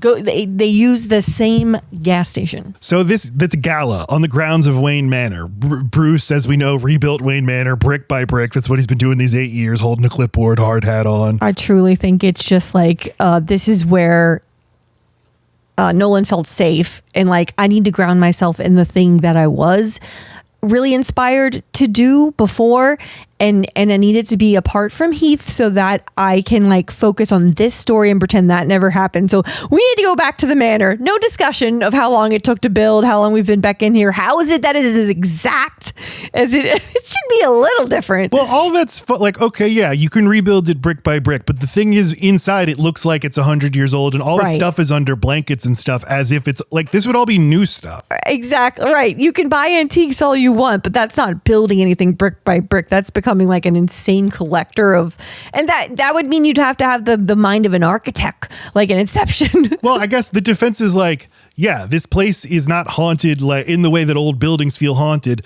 We built it brand new, and Bruce Wayne is such a ghost that like he has infected the place and made it seem more haunted. We bought brand new furniture, and then he just put a bunch of sheets on it. Yes, he did. He's you know the grandma with the plastic sofa. I just talked myself into it because when we see Bruce in the Batcave, he does look like Phantom of the Opera at a piano. In that shot when he's at the Bat computer, and I've talked myself into it. And that room does look a little new. Like, he's not in the old part of cave, yeah. No, not the cave. Sorry. When he finds her stealing, he's in some kind of weird storage area. Like he bought all the furniture to match because he was inspired by that, but then the love of his life died, and so he was like, I guess I'll just keep buying all this stuff, but like, put sheets on it. I don't want to like decorate with it. Yeah. I just want it to be here in case I ever get happy again. Just in case. In case I'm ever in the mood. But on the other hand, Rachel. Okay, but also like you rebuilt this manor and you only have Alfred? What the fuck? I'm sure you had other, except for like for soirees where you have these random people dressed as maids. He's the only person that answers his door, only person. No, because he says they make your bed. There's other staff. He doesn't say they make your bed. He says, when are you gonna stop letting whoever's over here on this side of the manor as soon as you learn to make your bed? So Alfred's not making it. He has some help. But then when Alfred leaves, he has it's like to he have takes some everyone help. with him. But this is just Nolan movies never have a moment like this. But wouldn't it be interesting if Bruce got home and Alfred's gone and we just had to sit with him for a minute of like, holy fuck, I'm without Alfred for the first time in my life. Except for him being like just a little bit inconvenienced by answering his own door. Like that's all they do to address it. He needs to be sad. He's not sad enough when Alfred leaves, and there's never a moment of him reflecting or even mentioning him. Like, you're in a prison for a really long time. Maybe talk about some stuff. Same with Rachel. It's like once he fucks Miranda by a fireplace, done with Rachel has ruined her death, has ruined his life. But then it's like he saw one pretty girl and he's like, oh, sorry. And then he never mentions her while he's in prison. Yeah. And then he comes back from prison and he's like, I'm going to get to you so soon. But first, Lucius. And when he has the really dark moment, he sees his dad, but it's like, shouldn't he be seeing Alfred saying, like, there should be a moment like that. Like, oh fuck, I ruined the one pure relationship. Alfred has given him so many opportunities to return the sentiment of Alfred in every single movie has some kind of line about how he's raised you since you were a little boy. I love you so much. It's someone I love since they were a little boy.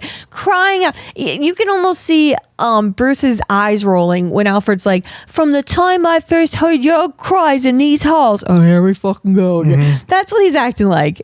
Like, Alfred keeps telling you how much he thinks of you as a son. Can you please call him something other than fucking Joffrey? Whatever. Not Joffrey. Jeeves.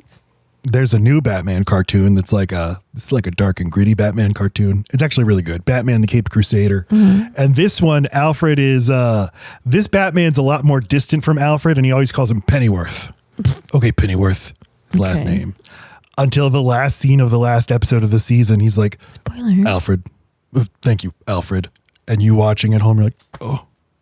Well, I guess they do a better job of showing how like broken he is. But like, for him to smile and laugh and be so chummy with Lucius and Alfred, it does imply that he has a heart. He does have caring feelings for them. And then all of a sudden he's like, no, I'm dark about stuff. I don't talk about my feelings. You're going to leave me. Just leave.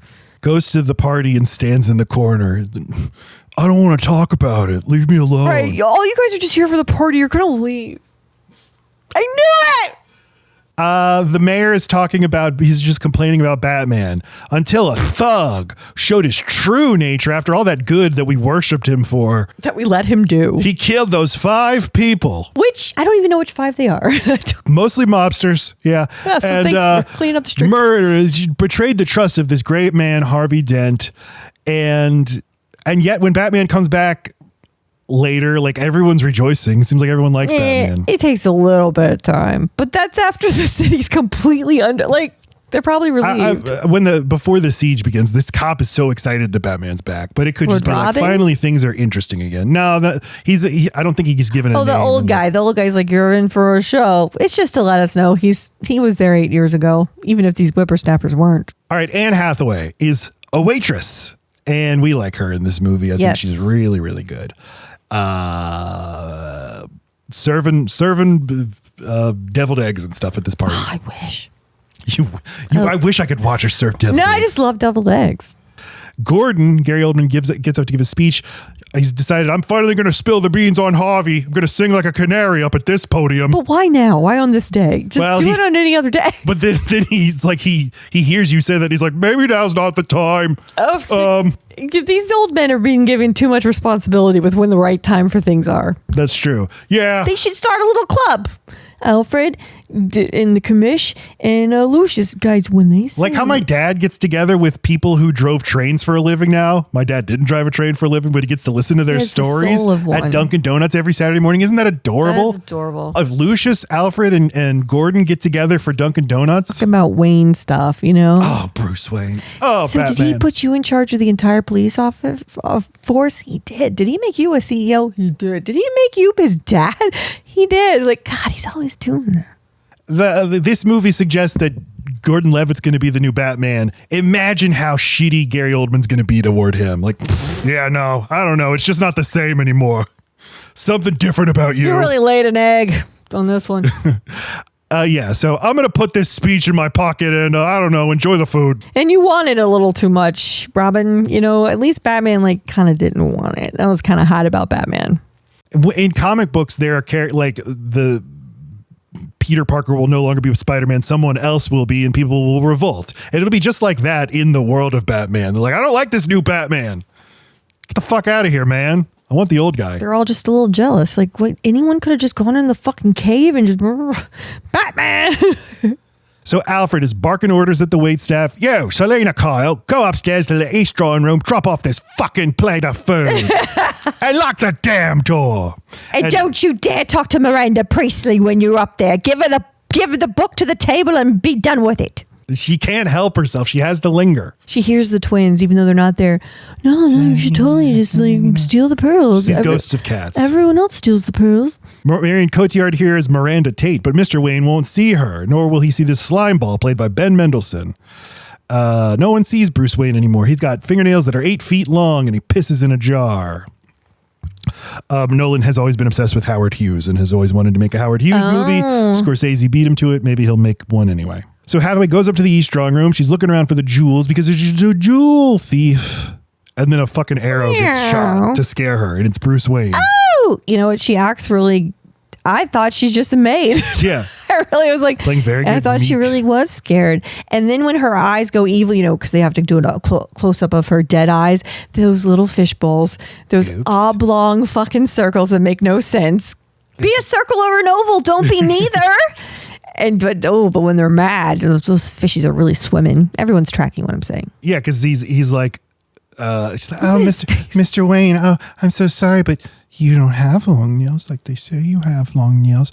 Oh my God, I'm so sorry. I shouldn't be in here. And he's like, that's a beautiful necklace. Looks just like one my mother had, but it couldn't be because hers is in this safe right here. What's this? The safe is open? And then she's like, oops. And he's like, blood rushing to my dick for the first time ever. Oh my God. Meow. And then she kicks the shit out of him. Well, she kicks his cane out from under him because he's got a fucked up knee. And then she backflips out of the room. Good day. And runs and gets into the car with this congressman who doesn't know her, but he's like, hello, sweetheart. He had hit on her already at the party below. And can I get a ride? You're reading my mind. I would love to see, what do they get up to over those catnip, I think. He's just patting at toys and running around in a circle chasing a little ball thing. He seems so tired. Well, yes, but it also is like, he's too old for it, but this is the best 3 days of his life. Yes, there's been sex and drugs. That's and she's just been I think it's like his mind. Ginger, Sharon Stone in Casino. I think it's like that. Like she just slips the pill into the man's mouth and is like, you have fun for 5 days and gamble all your money away. Right, but it's like the most fun time you've ever had. Lotus in his mouth. He's so disgusting. Exactly. The party's over. Alfred comes up to Bruce Wayne. He's like, there's a lovely fucking woman, Miranda Tate. She's quite lovely, in fact. What are you doing down in that goddamn sea? He's so mad in this movie. He's so angry the whole time. He's like, Christopher, I did not want to do this one, Christopher. Like, I'm so fucking cranky. It's way past my nighttime cordial. I gotta have my nighttime cordial. I need a cordial. A libation. What are you doing in that safe? And he's like, I'm dusting. Like, it's my room, Alfred. Stop yelling at me. I'm on Alfred's side. This guy's a fucking twit. Yeah. It's like, I'm dusting for fingerprints. I don't know.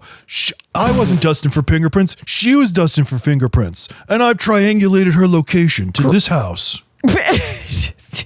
Which you can do with whitepages.com. That's all he did was go to. I triangulated with this compact computer you gave me 20 years ago. Joseph Gordon-Levitt as John Blake. Robin, who doesn't name their child Robin Jonathan Blake? John Blake. It's probably Jonathan. Probably Jonathan, you're right. Robin Jonathan. Talking to Gordon up where the bat signal used to be. RJB. This is what Gordon does. He just comes up here and pines for Batman and caresses the bat signal that he destroyed 8 years ago, but they haven't removed. They keep talking about removing the bat signal. He's like, no, it's my special friend. So this guy, he meets Gordon for the first time and says like, it's a big police force.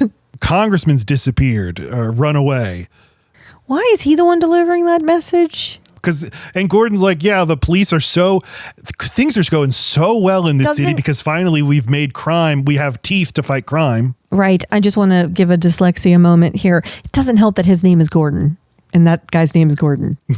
And I keep calling him Jordan and I don't know what to do. So, Warden? Jogo. Jogo. Yes, his name is Jogo. So Jogo, because the police don't have anything to do these days. Commissioner, a congressman's run away and his wife's real mad at him. The roast is getting cold. And he's like, yeah, I miss when things used to be real bad around here. Hey, look at his face. He's like, knock, knock. Does somebody want to get glazed? I got compliments for you, sir. Yeah. He's been dying for this moment. And Gordon consents. He's like, you have something you want to ask me, don't you, son? You want to be my best friend, boyfriend, kind of my son, don't you? Always calling him son. Son. He does miss his child. My son doesn't live here no more. He was my favorite of all three humans that I interact with. But my damn wife Barbara took the kids away to Cleveland. You tell a gal that the son's your favorite, and she's all mad at you. You fake your death, and it's the end of the world. Women. I want to know about the night he disappeared. Why did he just vanish? Don't you want to know who he was? I know exactly who he was. He was the Batman. You know what, though? This tracks. This guy, he's come of age. He went through the group homes, and like he has this anger in him, and he's been put through the system, and he's just trying to find, like, I just want a sliver of, like, respect. And so being a cop makes perfect sense. Like, I have anger and I need respect. I'm going to be a cop. And that he had this moment where he just really thought he figured out who Batman was, and it's just been itching him for 8 years, or however that'd be long. And this is at first I'm like, this is some handy fucking talk you've got planned for this guy you've never met. But I'm like, no, this is probably where you'd start. Like, I'm dying to know if it was Bruce Wayne. That's what my money's been on. So Gordon, I haven't met you yet, but Bruce Wayne. Yeah, and I think Gordon does know it, and this is just I read a comic book. I've been reading lots of Batman comics. Batman Year One, which Nolan was very inspired by, and it's at the beginning of Batman's career of working with Gordon, and Gordon is told very early on, hey, maybe it's Bruce Wayne, and he's like, yeah, that makes a lot of sense. Yeah. And then basically Batman saves his kid, and it's like, so he has decided he probably is Bruce Wayne. I'm not going to investigate any further into that. Right, like he's safe. Yeah, I know he's a good guy. I don't want to know. He's doing the lawyer thing. Like, don't tell me, don't say it in front of me. He wants plausible deniability, and if he's ever tortured, he wants to be able to say, I don't know. And he just likes the idea of the Batman, wants that to just exist as its own thing, a symbol. Right. Let's not complicate things. Plus, even if I know it's Bruce Wayne, he's still going to talk like this for some fucking reason. Man, does he do that a lot in this movie, because I even made the comment, like, everyone fucking knows who he is in this movie. But in front of everyone, don't touch the thermostat. You could figure it out if you're somebody like John Blake, and for him it's just I looked in his eyes and I knew. But if you lived in this world, especially if you had the internet, it'd be pretty easy to figure out. Mm-hmm. Well, and if you really cared about it, right? So it's the next day, and Alfred is taking Bruce's continental breakfast, his pitcher of OJ, but Bruce isn't in his bed. Oh, okay. I was gonna say this starts the sass train, whoop whoop, because he in a different movie would bring that plate down, and he's like, oh, this motherfucker here, like he could at least leave a note, and he made his bed just to like fucking tell me how much he doesn't need my help. I was going to ask you, do you think he made the bed himself, or does this say he hasn't been to bed? No, this is him saying, Alfred, I don't need you. I asked you why you let this woman up here, because I do not want people to know I'm up here. I don't feel like dealing with people. You keep letting him up here, and you give me sass, Alfred, by saying, well, maybe if you made your own bed. And guess what? I made it. So now you listen to me, and you keep people away from me. He's being a dick. That's why Alfred doesn't bring him any food. Get your own damn Fruit Loops this morning, Master Wayne. So he goes to the Batcave, hasn't been here in years, but there's Bruce looking like Phantom of the Opera at the big computer terminal. Look, Alfred, I pulled her up, Selina Kyle. She's a great jewel thief, but the ground's shrinking under her feet. And Alfred has no fucking time for this. He's like, just call the bloody cops then. But he's Have you seen yourself lately? He's like, no, listen, she wasn't after the necklace. She wanted my fingerprints. The necklace was a bonus. Oh, he's so edging. He's like, that's hot as shit. one of the crucial elements of Batman is he's the world's greatest detective, and that's been something Nolan has not emphasized at all in his movies. I think this is him throwing the fans a bone. Like, look, Bruce is doing fucking computer work and stuff. So, see how smart he is. He went on DuckDuckGo and typed in Jewel thief, sexy Gotham. Jewel thief. Look, Alfred. Look, they'll buy my gold, no questions asked. Yeah, he's doing detective work, and already the movie feels way more like a sequel to Batman Begins than The Dark Knight. We have so much of the iconography from Batman Begins. I think that's why they did it. They needed to place you in the first one. But Alfred's not behaving like it's Batman Begins. He's not going along with it anymore. And he's like, can you bloody well go outside? My God. He only has like one person to interact with, and that guy's been in a fucking mood for 8 years. He's tired. He's like, but Alfred, I can't. Rachel, she's dead and I loved her. And you know she loved me. Also, read between the lines, Bruce. He swore to your parents that he would take care of you. It didn't say once you became an adult, he's free to go. And he doesn't work like that. He has expressly told you he didn't want you to come here and he wants you to go live your life. You moping around in that fucking nasty ass robe for 8 years means he is here for 8 years. He's not getting a break. He's just taking care of you. Like, release him. Yeah, I should be in fucking release him. He should be in hospice right now, Master Wayne, and you're taking care of him and wiping his ass, but he has to be wiping your ass. It's ridiculous. He doesn't get a retirement because you are a sad little boy. And you're right, it's a life debt. He can't be. Yes. If he could just speak to the ghost of Thomas Wayne, release me. Because he does care and he does want to know that Bruce Wayne is fine, but like him just sulking around and staying in Gotham, it just means he has to stay too. I don't even know that he takes a holiday.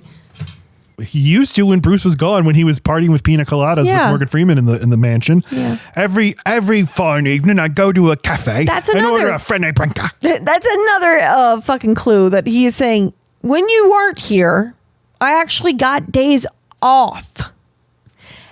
And now because you fight crime, or when you did, I was on call all the time. And now because you're suicidal, I am on call all the time. And you keep hosting things here and you're not attending them. So like, be a shut-in and be easy to take care of, or fucking be a socialite and be fun to be around. Why are you both? I have to keep up this manor. I have to hire extra help. I have to make sure there's a buffet. I have to, like, I am the fucking liaison for all this shit. In The Dark Knight, I didn't mention this in the episode. There's just a moment where Bruce is getting ready for his party for Harvey Dent, and Alfred catches up with him, and it's the happiest you've seen Michael Caine in any of these movies. He's like, so I don't know, he seems so joyed to be throwing this party. Like, I think Alfred wants Bruce, he wants all the action, you know? You're having fun. We're having all these people over. I get to order all the staff around. It's so much fucking fun. Yes, but I've got a happy master who wants to be doing it. But instead, you've given me this halfway bullshit where I've got all the responsibility, none of the fun. You look at me and I look at you. We won't say nothing, but we both know you were happy. And I finished my friend. All right, so there's a boys' home where Jogo goes because Jogo finds a body washed up in the sewers. It's a teenager from the boys' home. Goes to the boys' home. Tells this brother, hey, yeah, so he died. Yeah, he dies sometimes. Yeah, you know, we can't keep kids after age 16. The Wayne Foundation money dried up. And he's like, why? Why would Wayne do that? Well, there was this kid who was the younger brother of the guy who drowned. So he's like, why was your brother in the tunnels? And his brother's like, yeah, they say you can live down there. They say there's work down there. And he's like, okay. And the kid's drawing a bat symbol. It reminds him of him. The legend of Batman lives on. Anne Hathaway as Selina Kyle is going to meet with this slimy crime guy. She's delivering Bruce Wayne's fingerprints, and this is the best Anne Hathaway scene in the movie because they threaten her. They're going to kill her right there. We don't keep loose ends. They're about to shoot her, but she brought in the missing congressman, and she's like, "Oh, they're looking for that guy." And you just used my cell phone, you fucking idiot. And the cops arrive. Well, she outfights them and like shoots some of them dead. And then the cops arrive and she instantly drops to the ground and screams like a. Right. And it's perfect use of Anne Hathaway, the most expressive face ever, screaming in hysterics. It's like a cop goes up to her, "You will be okay," and leaves her. So then the cops arrive, including Gordon, and he's like, "Look, there's a manhole. Let's go down this manhole to look for the crooks." And it goes down into the sewers and then immediately gets captured by sewer thugs. And we see their little sewer empire where you can get work. The Foot Clan is there. Shredder is there. Ultimately, what is the good of being a commissioner if you got to do all this shit? Can't you just send guys down the hole? Bored. He wants this so badly. He's like, oh my God, yes, sewer crime. Fuck yes. Finally, sewer crime. Batman plus sewer crime. I was always promised this. I was promised this. If you're not going to give me a penguin or a Two-Face who lives in the sewers, you got to give me. Would it kill you to give me a Two-Face? We got so many sewers in this city. Bane is there and starts lecturing him. No. Bane is there and starts... He's mad at one of his goons. He's like, look, boss, I brought you the police commissioner. He's like, it's like, well, now I got to kill 3 of you, stupid ass. You brought the police commissioner? You brought him here to my house? But Gordon escapes, flees into the sewer, washes out. I gave you all boys a set of jacks. That way, in case anyone caught you in the sewer, you could crouch down and pretend you're just playing jacks. And you were like doing some kind of like synchronized dance with each other. Anything to tell them like, no, there's not a city down here. We're just guys who hang out in this sewer. What are you doing at that computer station? We got jacks. We're just playing Minesweeper. Well, first, Bane searches his person and finds his speech from the other night. The Truth About Harvey Dent by James Gordon. And he's like, watch this. Ooh. So Gordon water slides out of the sewer and is found by John Blake. I thought he was fine.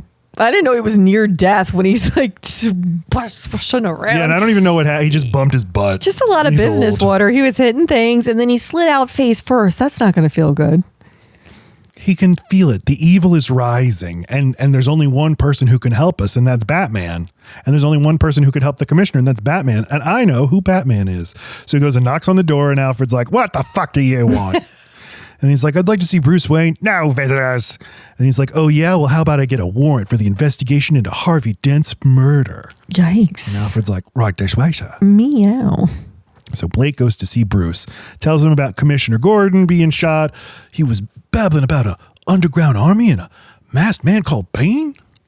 Shouldn't you be telling your commanding officers? And he's like, no, they don't take me seriously. They didn't take him seriously either, Gordon. Yeah, right. Well, didn't they? No, because he apologizes for it. Like, I'm so sorry I didn't believe you. That's right. It's not that they're not taking Jogo seriously. He doesn't even exist to them. Right. There's the whole thing. He just found them. Yeah, there was that whole thing with like, Gordon he's a wartime commissioner. Like, we don't need that. We don't need that storyline. That storyline is, and then he goes and gets him and he's like, come on, you got to fight. No, I'm going to stay here with my wife. You got to fight. And he shows up in his blues with his fucking white gloves because he's finally learned, yes, if I'm going to really lead these cops, I got to show up. All of it. Delete it. Who cares about this man? Who cares that commissioner was going to get to retire one day? Fucking give a shit. I mean, there's too many things in this movie. It's too long of a movie. That's the one to delete. I mean, I like the idea, and Nolan is obsessed with the idea of you just get too old, and it's not like you change, but suddenly people no longer need you because of what you did. It's the thing in Oppenheimer. It happens to Oppenheimer in that movie. The whole you either die a hero or live long enough. Yeah. Yeah. Yeah. Or like Winston Churchill getting voted out of office right before World War II ends. Mm-hmm. Like you led us through the war and then they voted him out. Now you just remind us of the stinky war. Yeah. Sure. It's well observed and it's meaningful to him, but if there's a thread to cut, that's really the only one, except for the plot to get his. Okay, so the plot to get his fingerprints is 2 things that it does well. It shows all that Anne Hathaway can offer in her planning and what she's capable of doing, and then it gives the reason for Bruce Wayne to be broke. But what you can take out of that is like, I don't need the scene of you at the fucking shareholder house and this weaselly man trying to give you this, but then Bane killed. Like, I don't need the shareholder guy. There's someone I got to cut from this. Like, you could steal Bruce Wayne's money, have that plan without this man. There's too many white men in this movie. There are white men who are someone like an actor I've seen before. That's what's distracting. Yeah, you've got Ben Mendelsohn, and you've got I don't remember the guy's name, the guy who works for him, and he plays Daggett, and I always in my memory think, oh, he's a mobster. No, he's not a mobster. The mob's gone. He's just a crooked businessman. He's just like which just means he's a mobster by any other name. So Blake tells him, Gordon needs you. He needs the Batman. Yeah, I know you're the Batman. One day Bruce Wayne came to my orphanage. Okay, you don't have to say the whole speech. Yeah. And but I'm tracking it. Like, it's not stupid. I like these moments they have together. They do seem to get each other. Mm-hmm. It's very good. It's about I could see the lie behind the face you were wearing in public because I understood because my dad was murdered. Sure. And just the links you went to get out your rage in a helpful way, I am doing that too. I became a police officer. I've got rage and that's not going away because therapy doesn't exist in this world. But I need a place where I can be a good person and still have rage and that not make me bad. And that's not saying a lot about what the fuck cops are. I need someone to take this out on and not be the bad guy. Yeah. That's fucked. The movie isn't saying that though, because the movie thinks cops are good. Yeah, but it's saying it and thinking it's okay to feel that way. Yeah. Because these are bad guys, Matt. Bad guys deserve rage. Of course. You need to meet rage with rage, not with like a level head and like resources. Mm-hmm. You need angry boys who became angry men. Sure. Yes. And it's talking normal and thinking it's okay.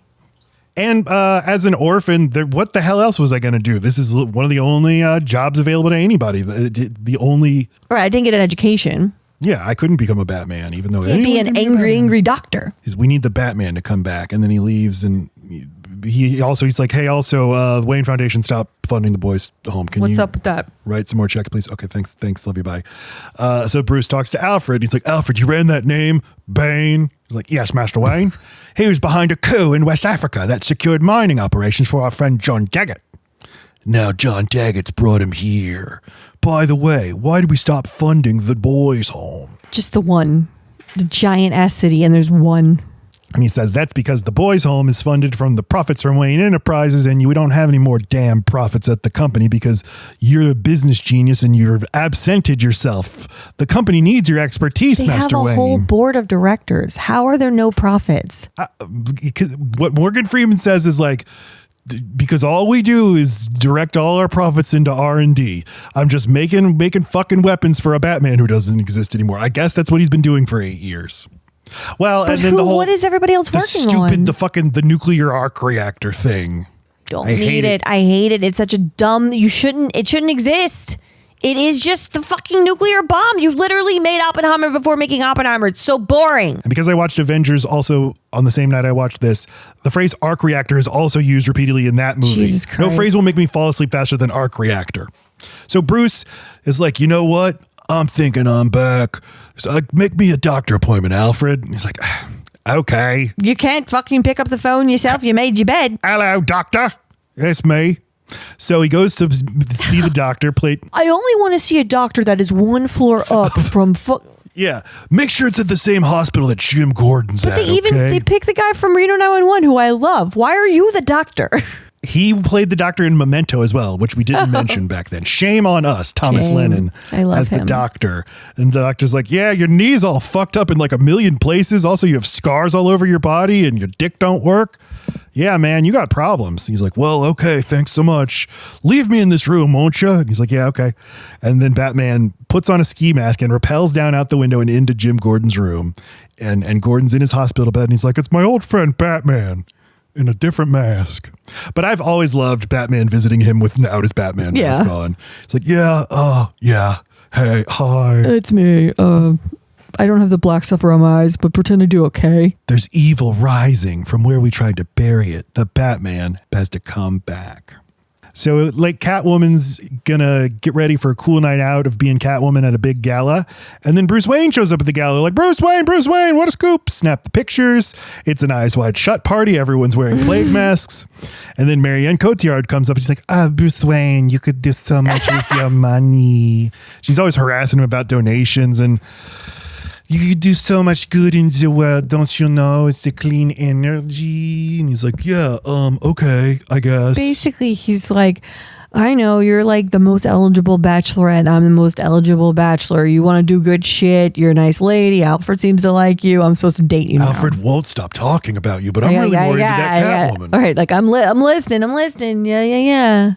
So he goes and he starts dancing with Selina Kyle because he sees her and she's wearing a mask that looks and his pearls, his suspiciously like a cat mask, and his mom's pearls. Well, it is helpful that her goggles she uses to see slide up her head and become cat ears. Yeah, she's the helpful. first kind of gamer. She's, the gamers now that on YouTube, they all wear the cat ears on their cans. I didn't know that. Oh, she started that. She's dancing with a guy and he just comes in. He's like, let me borrow her. And he starts dancing with her. And she's like, Jesus Christ, are you as fucking wet as I am? I like how this happens all the time in movies. And it's one of those things that's like should be added to the list of nobody drives their car like this. Nobody, all the things where it just doesn't make sense in real life. But that guy's like, come on. And then whenever she leaves, he's like, you wore her out. Yeah. Let's say a word about Christian Bale. I think he's excellent in this movie. I think this is the best he is in any of the movies. He's got the most to do without the mask on. Yes, that's true. Still, all Batman movies have the tendency to where Batman slips into the background because it's more interested in the villains and more interested in other stuff. And I think that's true of this movie too. He's kind of a villain in this one though. Like he's a part of the problem. He is in no position, not as the fucking head of Wayne Enterprises, nor as just the ward of Alfred to be depressed for 8 years. That is selfish. Just because Batman had to go away doesn't mean Bruce Wayne did. And you let your company go under, and that means that things like the boys' home are no longer funded. And it means I don't get to take a vacation. Like I think they're spending time a little bit saying you're kind of a bad guy. Yeah, but he's doing it. I think that it's also absolving him because of the lie that Alfred told him. It's Alfred's fault. He should have told him Rachel's dead. Yes, of course it's stupid. But yeah. I think that it is. If you look real hard, you can realize that when you. Like his dad said, like I leave the company to the running of the company of more interested men, and that's what he's doing. And what do you know? They're developing nuclear weapons and stuff without me there to check up on things. I mean, to be fair, though, what he developed was the world's most advanced spying system. He's also not. Right. Not like you forgot how to do that. You guys, if we're out of ideas, I do have this one thing. So they're having some sexy dancing, and we get a sense of who Selina Kyle is. She steals from rich people and she starts lecturing Bruce about the ruling class is about to face a reckoning. A storm is coming, Mr. Wayne, and all the people who have so much are going to wonder how they have. Okay. And he's like, hey, man, don't judge the people in this room. Looks can be deceiving. They're actually nice fellas. They're my friends. And it is shot really cool. It does look apocalyptic as we look around at these rich fucks in their masks as they crack giant crab claws. The biggest crab claws. Yeah, they seem real down to earth. Yeah, so she's like, a storm is coming. Wow. Do you think she doesn't know who Bane is yet, right? Like, no. Yeah, so she just thinks this is going to end. This is what annoys me about this character is it teases her as like having an ideology that it abandons, including I think her being Bruce Wayne's girlfriend at the end. The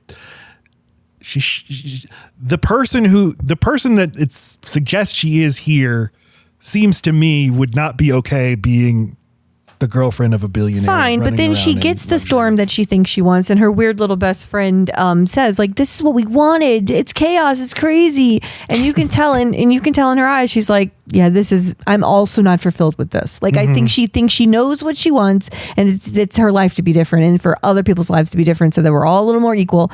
And then she sees it and it happens. And then she's looking through, the rich people's stuff, and she sees just a family. She doesn't see a rich family. She sees a family with a broken photo. And those people were drug out of here and terrified. And now who knows where they are. And they were probably exiled. And they didn't deserve that either. They were born rich. That's not their fault. Like, we're all just people. I thought this would equalize things. Instead, it just swung the pendulum the other way, and I still feel empty inside. This is injustice. So anyway, I think she just needed 4 months of going, okay, I didn't like the storm. Let's go be cats and bats. And let's just hang out at cafes and stuff. Until Alfred finally fucking sees you. Couldn't you just call him? She's not actually with him. He's just like, can you go to the cafe with me every day, please? I need him to think I'm fine. I'm going to wear like a Tommy Bahama shirt, so it looks like I'm just chill. You don't have to say anything to me, but yeah, he just pays her to do that.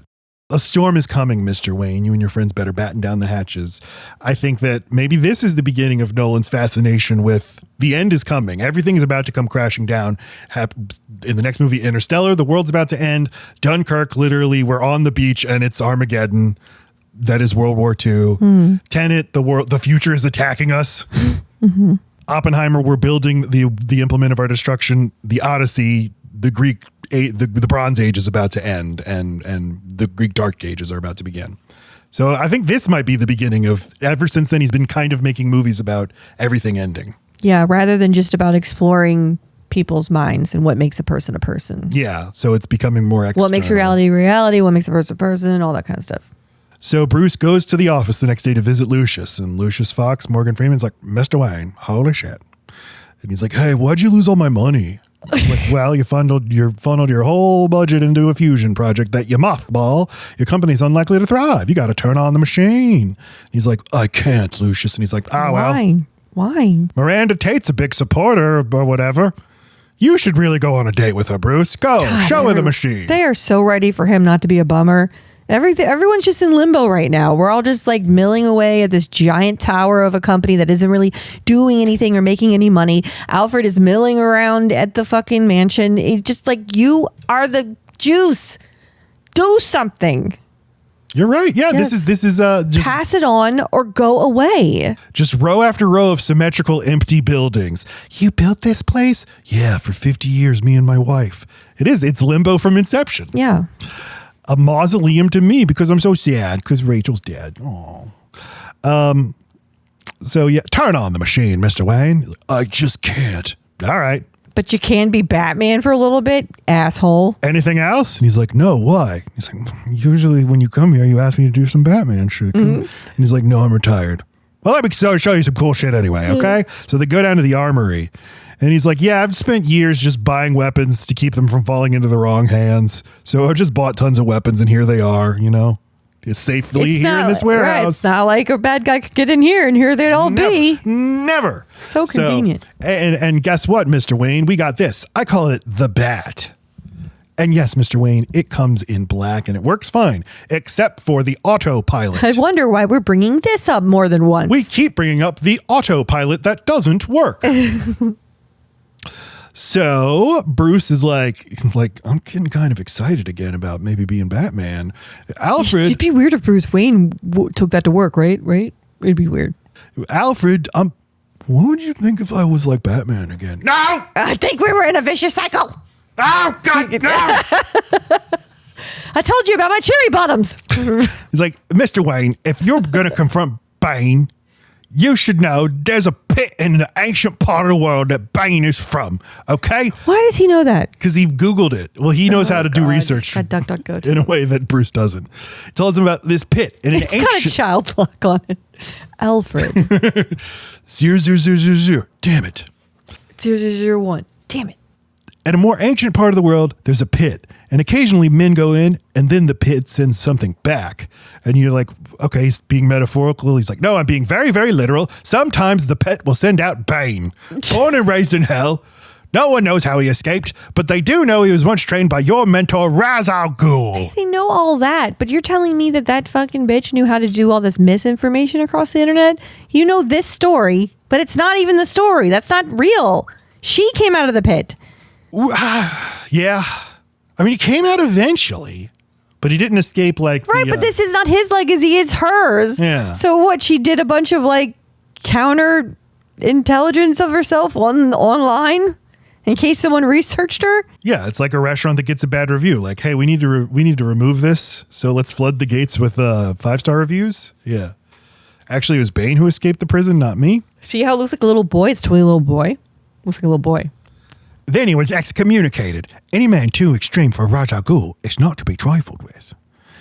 And I like this whole thing of like, you want to be Batman, but you're old and shitty and washed up, and your brain don't work and your dick don't work. And I don't think you have it in you. And he's like, you're afraid I'll go out there and fail? No, I'm afraid that you won't too. Alfred disappears from this movie after about 45 minutes, but I think he has way more to do in those 45 minutes than he did in The Dark Knight. I think Nolan makes it up to him for not giving him much to do in the last movie. All right, so the stock exchange. Glenn Powell's there. He's like, I'm a stockbroker. Here I am. Yeah, I'm thinking of shorting Wayne Enterprises stock because I'm a bitch. Bruce Wayne went to a party, and then the stock exchange gets invaded, and Glenn Powell is like, this is a stock exchange, man. There's no money you can steal. And Bane's like, really? Then why are you people here? he hacks into the mainframe and he does some stock shit. And now he's emptied Wayne Enterprise of all its money. Or something. And you're telling me that at the stock exchange, it requires Wayne's fingerprints. He has to go there to sell his own shares. They needed the fingerprints there at the stock exchange because there's a little Wayne booth where he goes, I'm selling 3. Look, I don't know how the economy works. If you're a financial expert, weigh in and tell us how this is wrong. It all checks out. There a Wayne room, like whenever you wanted to sample music back in the day, you'd go in a little booth. Is there like a little booth? If you have a certain amount of income, you get a little stock exchange booth. And then Bane flees with a motorcycle and a little laptop. He's still doing some hacking as he's on his motorcycle. And fucking car chase ensues, and the old cop's like, I bet Batman's going to come back. Yep, there's Batman. Mm-hmm. Now Batman. No, he saw that Batman was back and then said, you're in for a treat. Batman has arrived 46 minutes into the movie. Batman is here. And Catwoman, people are watching it on TV. Catwoman's watching it on TV while she's burgling. She's like, burgle. Mm-hmm. Oh, say, okay. Batman, he catches one of the motorcycle guys, steals his Palm Pilot, and he's like, oh no, he's doing bank transfers. It's my bank. Oh. Wayne Bank. Not the Wayne Bank. And we get to see the Batcopter fly. It is really cool. I love the way that it moves. All right. So later that night, Catwoman is going to meet Daggett, Ben Mendelsohn. And she's like, hey, I brought you Mr. Wayne's fingerprint, I think. Right. Gonna address him again and be like, look, you guys fucking dicked me out of this thing. You said it doesn't exist or whatever. Right. You didn't give me what you said you were going to give me. Now I'm here in person and I'm serious. Give me the fucking thing.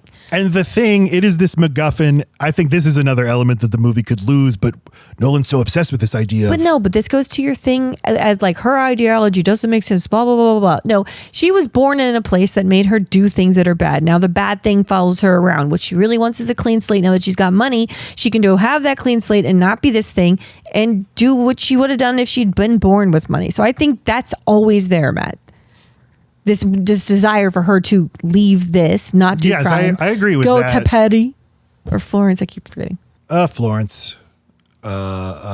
This thing, I want a USB stick that you stick in a computer and it makes all the bad things I did go away. Doesn't know what it looks like, Matt. Okay, well, it's the phone call from fucking Inception. It's the fucking widget. And he tells her, like, you really thought that exists, you dumb idiot? She's like, it doesn't exist? No. And so all these thugs show up and they're going to shoot, they're going to kill her. But then Batman shows up and she's going to shoot the guys. And he's like, no guns. Don't do that. And she says, where's the fun in that? I love all the stuff she does with them. If you're going to make a person or a woman wear some kind of thing that seems detrimental to her job, at least show why they're not. And I like it. Yeah, that she can pin his like hand up against the wall and she puts it around the neck at some point. She uses it on the motorcycle in a cool way. He's like, usually I have to pay for this. Step on my naughty, naughty boy balls. So Alfred's still upset because Bruce has been gallivanting around the town in his bat cycle and his Batcopter and running over cops and hitting pigeons and stuff. And he's like, listen, man, you're fucked up. You don't have it in you anymore. You led the police on a merry chase with a load of new fancy toys from Fox. He's like, but Alfred, I had to get the data to analyze it. Only we can analyze the data. And he's like, no, just give the data to the cops. And he's like, no, because then the cops can weaponize the data. So Alfred is like, all right, I can't. I just want to go home. I want to go to Florence. Let me leave. Yeah, I'm seeing you for the first time, man. I'm starting to really see what a little twit you are. And you think you can be trusted? You get to make these calls? Like, no, I don't have to turn this data over to the police. Only I'm smart enough and special enough to analyze it. So no.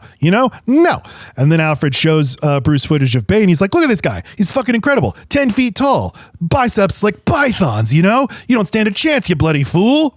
Yes. Also, you being around makes it more like him come more often. Like you already created a Joker. Now that legacy created a Bane. And actually, you created Bane. You are the reason, actually. And you keep making bad things happen to Gotham. Gotham is supposed to go away. Mm-hmm. And it's just like what the goddess says in the Odyssey. It's like, the men are going to die. You just keep prolonging it. Why do you think you get to control this? You are the reason they're going to die. They're just going to die. Let Gotham go. Let it burn to the ground. We burn London to the ground. I mean, I know he's not the reason they needed to get rid of Gotham. They already felt that way. But he's definitely the reason it went like that. Yeah. It went in a way that was not quick. Bruce is looking at his PDA and he's like, look at this. All these stock trades in my name. I didn't authorize this. So Alfred's like, no, I'm done. I've buried enough members of the Wayne family. You'll leave me? You see only one end to your journey. Leaving is the only way I can make you see that you have to find another way. He's like, but Alfred, Rachel's dead. I can't move on. I can't do it. And so another very, very, very long-winded, weird, windy thing. What if I told you that Rachel, before she died, she wrote a letter, and in this letter, she said she did not choose you, she chose Harvey Dent, and I burned that letter. What if I told you that? Are you telling me that? I said, what if? How dare you use Rachel to stop me? And he's basically, I know I'm saying this to you and you're going to hate me because of it, but now we can, it might mean saving your life. And he's so good here. He's crying. Mm-hmm. Michael Caine is. And Bruce is like, yeah, well, go on then. Get. I don't want you anymore. Mm-hmm. And he's out of the movie. He's out of the fucking movie. Until the very, very end. So it's the next day and Bruce is at his house all alone. No Alfred, no staff. The doorbell rings. His own door. He's like, what's that sound? And he answers the door, and it's Morgan Freeman. He's like, hey, you don't have any money anymore, right? They did all this. They traded, they bought all the stock, and now the stock is in the hands of John Daggett, and now he owns the company. And we can't let Daggett get his hands on applied sciences because then he'll have all our weapons. And Morgan Freeman's like, no, all that stuff's off the books. But the arc reactor thing, that's a different story. So we got to get to the office. Lickety split. Miranda Tate, she's so beautiful. She's and nice. So nice. You heard her accent? She's so good and trustworthy. She has so much money and we can trust her. She has a board seat. If she gets the shares, then she can steer the company in the right direction. She'll steward your parents' legacy, Bruce. She can do it. We can trust her. So they have to show her the arc reactor, and the arc reactor is so stupid looking. It looks like Ed 209 from RoboCop. I don't even care what it fucking looks like. It's just like with multiverse stuff. You shouldn't be allowed to have a multiverse. You shouldn't be allowed to have a nuclear weapon. It's just boring. Oh, but it's not a nuclear weapon, Laci. But it can be put... Sustainable, free, clean energy. Wow. Right, fine. That's what they've been saying for years. But there's no such thing. This is billionaire propaganda. We got to let the billionaires do this because maybe they can come up with free energy forever. They've been saying for years that nuclear energy is our way to free. That's not free. It is not... It's uranium mining is really, really bad on the fucking environment. It kills everyone within miles and miles. It's not... And the energy isn't even that fucking impressive. It's just a different energy source. That's it. But the thing about this arc reactor is if you like flip a few switches on it, it'll turn into a bomb. If you have a doctor, he can turn it into a bomb. It's very specific, doctor. Don't worry, he's dead. And look, this thing, we've got so many things in place to make sure it's safe and you can flood it and yay. Okay. But Bruce is broke now. He's like, and Morgan Freeman explains like, yeah, I mean, long term, you can probably prove fraud. But until then, you're not very liquid, Mr. Wayne. He's like, well, goddamn, okay. Can you give me a ride? So he goes home, and his power gets turned off. But Miranda Tate's waiting for him there, and she's like, here I am, a nice lady for you. Thank you for all the shares. Thank you. It was very nice of you to give me those shares. Let's go sit by the fire. And they light a nice fire. And they have sex that we don't see. It cuts way past that, and they're just. But they're very they're very affectionate with each other, though. Like they seem like they really are into each other, and so I am a little bit confused because I'm feeling all this Catwoman energy. But then she's like, "Let's just leave." Then I'm wondering, do you mean that? Do you really want to go right now? Are you changing your mind? Probably not. It's a test, or it's just so that we think she's good, I guess. Yeah, it's just, oh, this is such a good lady. She just wants to be nice to him and take him away to like a beach or something. And plus, he's starting to relate to her. Look, you have like a scar on your back. That means something, I think. It means you lived in a hole. When I was a kid, my family had nothing, and when we had a fire, we had everything. He's like, huh, okay. I fell in a hole too. It's just outside. Your hole's further away. It's just like, the idea of Bruce Wayne going broke is a good idea to explore in a movie. The movie spends 30 seconds on it, and he's not actually broke. Just his power was turned off. He beat the system. He's just alone, right? He can't pay the people who do his stuff, so he's got to like fend for himself more. He's fend for himself a bunch of times, just in very dramatic ways, away out of the country ways. He doesn't know how to run a manor. That's a whole other kind of skill set. I don't know anything about running a manor. Or a fucking company. She looks at a picture of Maggie Gyllenhaal. She's like, who is this? He never answers. Does he? He doesn't, no. But I've always, since the first time I saw the movie, I thought... Why wouldn't you know who that is? She tragically died in a really fucking public way. Yeah, I don't... It was a big deal to this place. That's a good point. But I've always thought, like, because she appears in multiple pictures. Wouldn't it be funny if some of the pictures were of Katie Holmes? Yeah. Half and half. So yeah. He's like, hey, I'd love to stay naked with you all day, but I got a date tonight. I got to go do some stuff with Catwoman. Nothing. He's got to go meet up with Catwoman that night because she's going to help him get to Bane. So they meet up in the subway station. He's like, this clean slate. Daggett said it doesn't exist, but it does. My friend Bruce Wayne bought it and he can give it to you. Just show me the way to Bane. She's like, all right, great. Follow me. We'll go see Bane. But she sells him out to Bane. Sad. He's like, why, Selina, why? She stays and watches and she's sad. I had to find a way to stop them from killing me.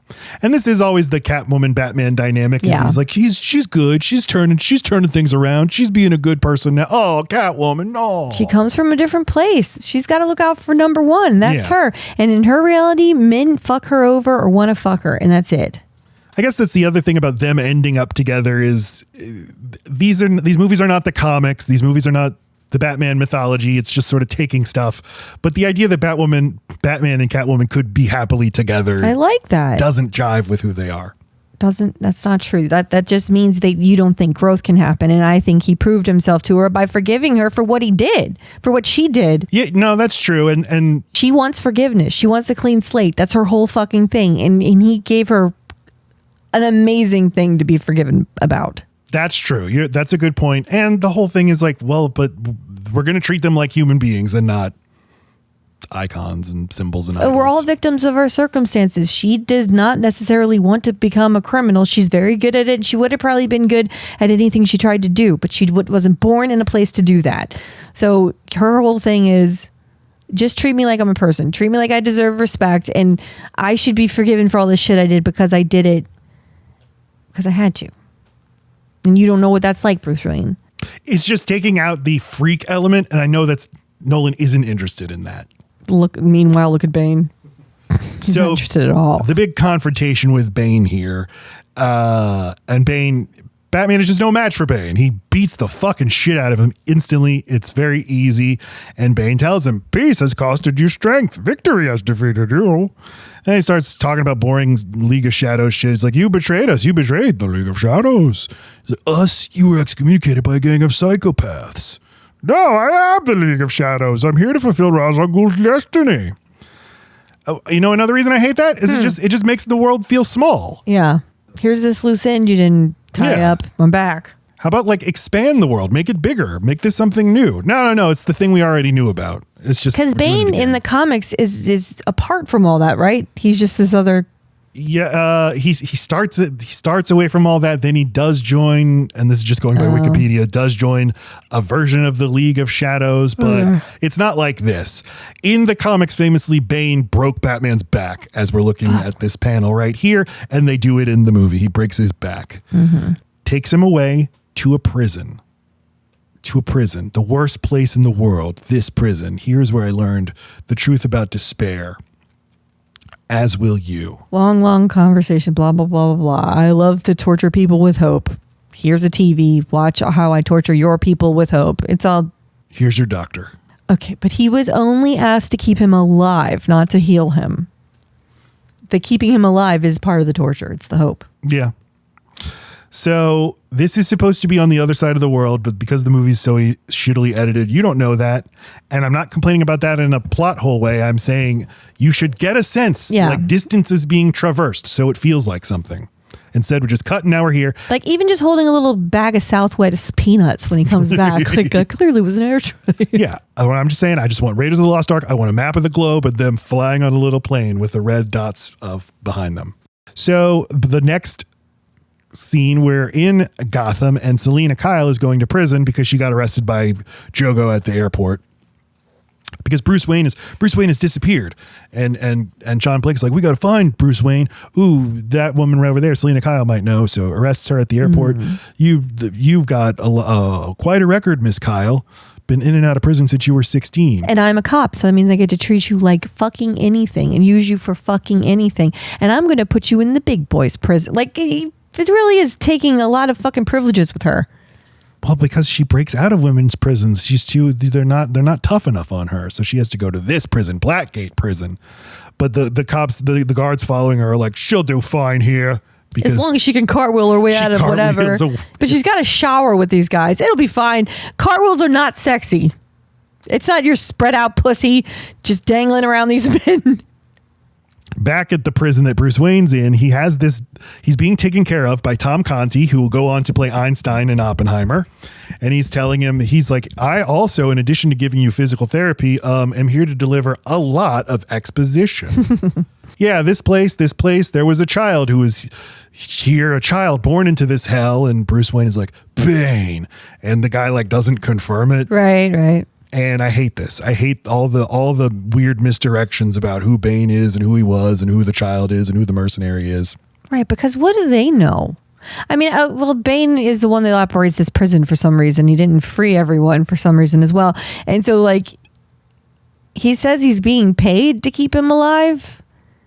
But mainly it's just like, this is so Bane doesn't kill me as I'm keeping you alive. I guess so. I don't know. Yep. Yeah, no one's ever, the thing about this prison is it's just a giant open hole in the desert, and we have a rope and you could climb to your freedom, but no one's ever successfully made the climb. Because we don't have a rope out. We have a rope up. I don't know how this rope works. It's just a harness to make sure if you fall when trying to jump, that you don't fall to your death. You just fall halfway and the rope catches you. But it's a safety net. So the people who run the prison set that up for them? No, they just have a fucking rope. The guy in the next cell over says like, no, someone did escape that hole one time. It was a child. And Tom Conti's like, no, that's a legend. Nothing more. Here, watch this TV they've set up for you. It's Gotham TV news from halfway around the world. Yeah, right. But look, it's believable because it's just a little tube TV. Back in Gotham, Miranda Tate and Lucius Fox go to a board meeting, but Bane's taken over the board. Things are going to be quite different around here. And he demands, take me to the reactor. I need you two, and I need one more board member to go down to the reactor, because that's the protocol for operating the reactor or whatever. Right. We need two of y'all to slap it. Yep. And then they slap it, and then they bring out Dr. Pavel, and he's like, Dr. Pavel, can you turn this reactor into a bomb? And he's like, yeah. And he goes and he's like, here's the switch. Bomb, no bomb. He comes back with like messed up hair and he's like, I've done it. It wasn't easy. And I swear, look how it looks right here. It's got like, it looks like kind of like a basketball court, the little reactor inside of there. Yeah. I swear it does, yeah. I swear when he's done, it's just like scrambly. It's just a green light. It's like, did it. Now it's a bomb. So he's done all that and he's like, it's done. It's now a 4 megaton nuclear bomb. And he's like, all right, great. Pow, pow. No, not yet. Oh. Move it. And Dr. Pavel's like, no, if you move it, it will decay over the course of months and then go off. And Bane's like, 5 months to be exact, according to my calculations. I'm a genius. Right. I just note that Miranda's not very sad about her missing boyfriend, but whatever. I guess a lot of things are going on. Yeah, so the board, I think John Blake goes up to Gordon in the hospital and he's like, the Wayne Enterprises board has been kidnapped. And he's like, you seem to know a lot of information. You work for me now, son. You're now a detective. Oh. And Matthew Modine is in the room with him and he's like, Jim, I'm sorry I didn't listen to you. Bane is a bad guy. He is under these grounds. Yeah. He is the mole people. Order an all-out assault on the sewers. It's time to declare war on the sewers. Yeah, we don't need those for anything else. Infrastructure, infrastructure. So they send in thousands and thousands of cops into the sewers, and this is going to end well. Mm-hmm. So then we go to Heinz Field in Pittsburgh, where the Pittsburgh Steelers are playing the Gotham City Rogues, taking on Rapid City. I just like that they very explicitly show you Manhattan Island as being where all of Gotham is taking place. Yeah. And there's no sign of a giant stadium anywhere. There's like, all there is Central Park. So it's just like, no, we have this too. We have suburbia and we have a Walmart. We have all of New Jersey inside of here. Yeah, I think they do mix in some B-roll of Pittsburgh to trick you. But yeah, Manhattan doesn't have a football stadium. Right. Not an NFL stadium anyway. And we're mixing between showing the football stadium, the mayor knows that all the police are going down into the sewers and the reporter's like, what's up with all the cops going into the sewers? Training exercise. Nothing more. Now I'm going to go watch our boys kick the shit out of Rapid City. I'm just a regular guy. Love the pigskin. And goes in to the stadium. This was Heinz Field. They paid 11,000 extras, or they didn't pay them. Like, hey, come be in the Batman movie. And then they digitally like quintupled them to fill out the stadium. Ew. And they have real Steelers players and real Seahawks players. I could tell that. You could tell those are actually, they're no warrant actors. It was like Ben Roethlisberger's there, Mike Wallace, Marquise Pouncey, and this kid is singing the Star Spangled Banner. Like, is that like a Trump? Is that like fucking Barron? That's Barron. Did someone want to make a wish? What is this kid doing? Why did we watch him sing the entire thing? Because it's about America. No, this is someone's fucking kid trying to get a break or gotten one. This is Magnus Nolan, maybe. And Bane is sure to I want to find out who this kid is. His voice did not merit us listening to the whole fucking thing. All right, look it up on your phone. And Bane's like, oh, it's a lovely, lovely voice. Is it? It was fucking decent. And actually a little mid. Charles Jackson Coney, 11-year-old student. 2012.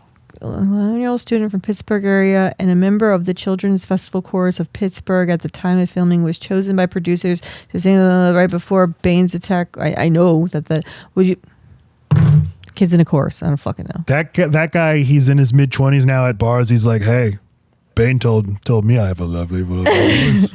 Want to hear it? So it's the opening kickoff, and you better believe that I was one of these annoying football people who's like, Hines Ward doesn't return kickoffs. What's he doing? Come on, he's like 38 years old. Hines Ward, no, honey. But he returns the kickoff as the field explodes behind him, and football players are, oh, woo, woo. And then he turns around and looks. He's like, what happened to the field? I guess I really tore it up. But this rules. This is awesome. The big aerial shots of New York City getting blown up. This is the rare instance of CGI in a Nolan movie. Only when you do it from a distance. You'll see bridges exploding and stuff. And Bane goes out on the field, and I love that he picks up the referee's headset. I know how these work. He's like, false start, Gotham City, 10-yard penalty. Okay. Gotham, take control of your city. Now? It gives him a big speech. Look at this man. He's a nuclear scientist. Tell them your credentials. I am Dr. Leonid Pavel, nuclear physicist. And what of this nuclear bomb? This whole part is annoying. I know, it's just messy. It's sloppy. I blew up all this shit so you'd listen to my little speech. You could have just given him the speech and shown him the bomb. Why this first? Well, now listen. There's a trigger man. What the fuck does trigger man mean? I really didn't know what he meant. I mean, I understand in theory, but he doesn't explain enough that what is it like Oprah where you don't know you're the trigger man, you got to reach under your seat and look under your seat. It's one of you's the trigger man. I would get why someone wouldn't want to admit they are that, but what I thought was is forced upon someone. Not that it's some fuck. Yes, it's just it's so messy. It's so complicated. It's so that's the whole thing with this movie. Everything with this movie is it requires too much explanation. Right. Number one, I blew up this field. Number two, not today, tomorrow, take control of your city. Number three, this bomb will go off if anyone tries to interfere. Number five, the trigger man. Why am I announcing it here? Also, I'm not sure you guys can get to the parking lot considering what I've done to the infrastructure of this. So I might be explaining this to a crowd of people that are dead tomorrow. I know he's on the fucking news and everything, and that's why he's doing it, but you could have done this from any place you blew up. Martial law is in effect. Still, observe the traffic laws and regulations. Click it or ticket, people. And by the way, Dr. Pavel, who is the only man in the world who can disarm this bomb? I am Dr. Leonid Pavel. He's like, okay. And then snaps his neck and he's dead. And everyone freaks out. He was the only man. We knew his credentials. Gotham. You might be wondering, why did we decide to do this when the next 4 months are a snowstorm? Or this is during the winter months when famously the lake will freeze over and you can't use your boats. What about the people who have boats? The lake is frozen over. Yeah, but right now it's not. Get out of there on your boat. From what we can see. So, return home. Be with your families. Tomorrow you claim what is rightfully yours. And he just slams the headset down. But why would we believe you? You're very scary. You have that thing on your face. You clearly just did this. But you're giving us back our... This is truly like when we go into Iran or wherever and we're like, destroy, kill half the people. We're giving this to you. Yeah, we Look did it what for we you. did. Oh, Yeah, so we fixed your ungrateful. fucking... Isn't it awesome? Batman's watching all this on the news in his prison bed. And the president of the United States gets on the line. Get the president on the line, they say. And they do. And he gets on the TV and he's like... favorite little town. Our best city. Our best boy is under attack. But, yeah, we don't negotiate with terrorists. That being said... But we're with you. We're just not with you. Yeah, I don't know. You figure it out. All right. They told us we can't go in there. So, like, we're just trying to help you guys out. I mean, it's... I keep complaining that Gotham, they never acknowledge that Gotham's part of a larger world. So this movie's like, okay, well, we're going to make that literal. Now it's literally disconnected from the rest of the world. So the next day he's like, this is the prison. It's the symbol of injustice in the name of this man, Harvey Dent. But what if I told you that Harvey Dent was not so nice? Listen to this speech by Commissioner Gordon. Oh, there's this thing where Gordon is like, oh no, because John Blake, Jogo goes and gets him out of the hospital, and they're driving around in a car together being buds. And Gordon's like, you got to get me onto a TV camera. The people of Gotham need to know I can lead. And he's like, they're telling us we're in charge of our city now. And he seems to say something like, yeah, so they need to know I can lead. It's kind of like he's announcing his candidacy. Yeah. Yeah. And Jogo seems to take him seriously. Like, yeah, we're going to keep you on the move until we can get you in front of a camera, Commissioner. But then they watch Bane's speech and Jogo's like, is this true what he's saying about what you said about Harvey Dent? Is it true about Harvey Dent, or is it true about that you think this about Harvey Dent? Is it true that you wrote on loose leaf paper that Harvey Dent tried to kill my boy? And I praised the madman. No, I resign as commissioner. And Joseph Gordon-Levitt is so pouty about this. He's like, I believed in you, man. I think you're as filthy and disgusting as all the slugs out there on the streets. Okay.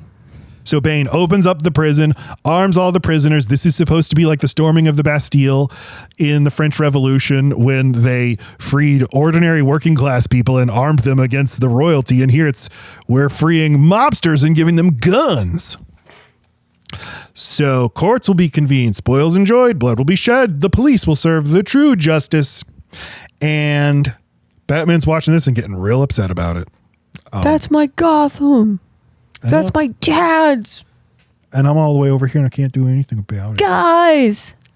So to cheer him up, Tom Conti tells him a story of the local mercenary who impregnated a lady. Married a warlord's daughter, okay? And the warlord's daughter then the mercenary got exiled. Daughter took the place in the prison. It's so complicated. Yes. Daughter took the place in the prison, okay? Gave birth to a child. Child grew up in the prison. Mother killed in the prison. But there was a protector in the prison. Kept child protected, you see? Okay. And he's like, yes, of course, Bane is all of them. Yes. Well, that's why they have the guy that doesn't speak English right next to him. That's a bigger guy who's got his face covered. You're supposed to think he's the protector because he's old enough to be, and you're not. Oh, the guy in the next cell. Yes. Okay. So Yeah. that means that you're not thinking it's a switcheroo because you're like, that guy's being weird for a reason. I can't see his face for a reason. That's what it is. Yeah. Even though you don't need it. So Tom Conti's like, listen, you want to go to Gotham? You want to get back to being a good Batman? Here, I'm going to put you on a rope and fix your back. All right. So Bruce, he's in a lot of pain and he's in a pain coma. And then Liam Neeson shows up. Mm-hmm. What'd you think of this? I don't fucking give a shit. It's like, yeah, you hammered it home. Got it. I'm back, You're the Bruce. mercenary. Bane's your son. You guys don't look anything alike. Bane is your child? Your heir? Yeah. Heirs. That's what we call them when we're not rich as fuck. An heir to ensure the League of Shadows fulfills its duty to restore balance to civilization. The only tells him like I don't know, Gotham cares. Gotham's got to die, okay? Okay. And then he vanishes in Gotham. Bruce wakes up and now his back's better. So Bane now does 100 push-ups and now he's like, I'm going to do it. Give me the rope. So it's like 4.5 months later now. Because it's now snowing in Gotham, and later they say that there's 23 days left till the bomb goes off. Okay, yeah, right. And earlier they said 5 months. Sure. So Gotham has settled into being occupied, and Selina Kyle's going through people's apartments and looking at the pictures. She's like, wow, so sad. What has our world come to? That's not what she's doing. And her friend Juno Temple hugs her and she's like, Selina, isn't this what you wanted? Isn't this the storm? And she's like, fair question. Not like these. Not like these. Okay, she's French. John Blake is like, he's being a good boy. He's giving gasoline to the boys at the boys' home. And Bruce is rehabbing in prison, doing tons of push-ups and chin-ups. And he attempts the climb. And he fails like a fucking cuck. And then he needs some more. And then it hurts. It hurts to fail. So now he's got to do some more push-ups. And then the fucking man decides he can speak English. I guess that's not yet. The government smuggles in some special forces into Gotham, and they meet with Gordon. Immediately get sniffed out. And they're like, we have a plan now. Here, we'll help all the cops who are trapped in the sewers. We'll get them all out. And Jogo brings them to Wayne Enterprises because at Wayne Enterprises, the people who ran the company are squatting inside the company, still running it, I guess. Because they're like, well, business never stops, you know, keep the file. But they have like, they're burning file boxes and stuff. I do like that. Mm-hmm. And the special forces are like, okay, cool. Listen, we're just gonna buy some more time and eventually we'll move the military in or whatever. And this isn't publicly. Bane has not told everybody that the bomb is going to go off in 5 months. So he's making the world think that this is indefinite. Right. But Jogo knows and he tells them, no, it's going to go off in 23 days. And then these special forces guys immediately get shot inside the building. And John Blake says to Marion Cotillard, somebody sold us out. I wonder who. Someone sold us out. I don't know who it could be. Oh no. And Bane shows up and he's like, pick up these special forces guys and hang them from the bridge so everyone can see. And all these executives, these Wayne Enterprise fucks, put them on trial for judgment. Back in prison, Bruce is talking to the foreign old man, and he's like, the climb is not about the body, it's about the soul. And he's like, it's about the soul. He's like, my soul's fine, man. No, I'm not. It's you think because you're not afraid of dying, because you're not afraid of dying, you should be good at it. But it's actually people who are afraid of dying, who are living for something. That's who does it. You need hope to get out of the hole.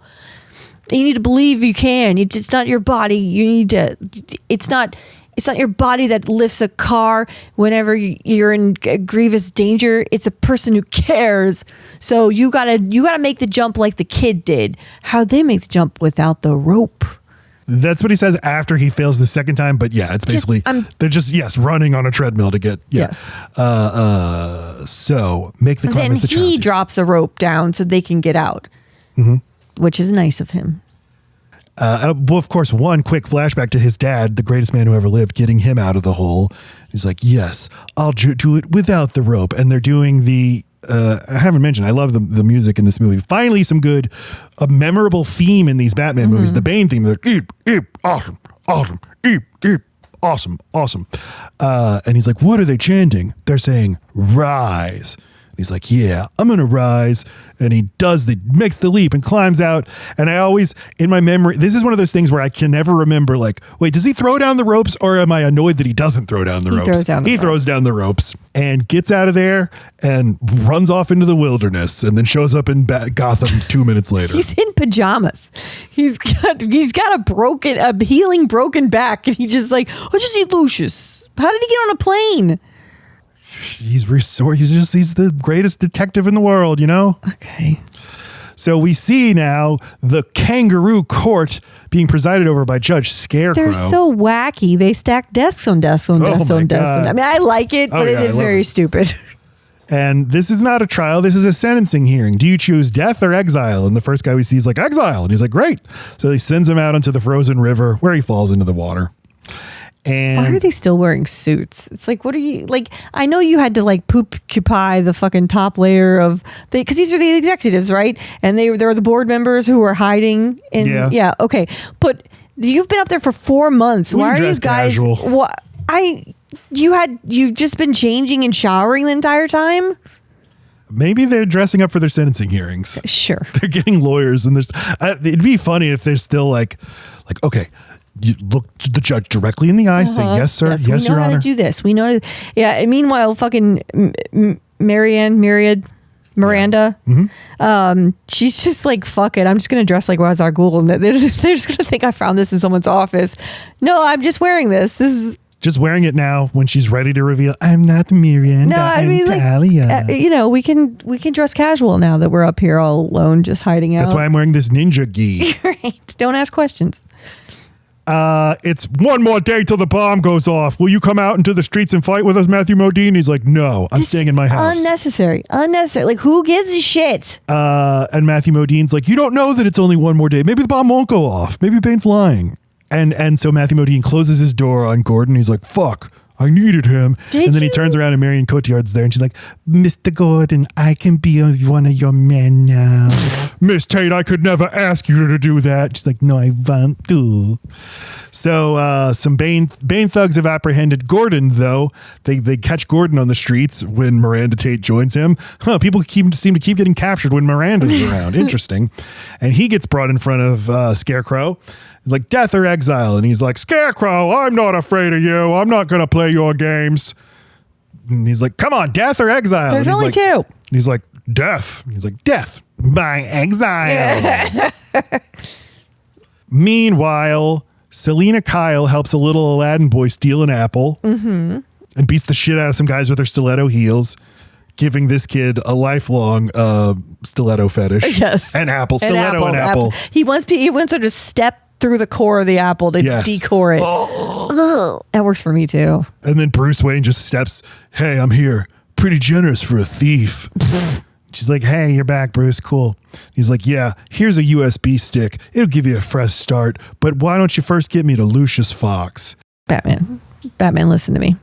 You were in a hole in a different country in pajamas. And now you're here. I'm here. You're here on an island that's protected by martial law so that nothing can get it on or off of it. Oh, that's crazy. Yeah. And you're in normal clothes, but you can't get Lucius? Now give me to Lucius. You found me. He's not answering his phone. Fucking what the fuck? Because Lucius is being held by Bane, right? But why would she know how to do this? Yeah, she's resourceful.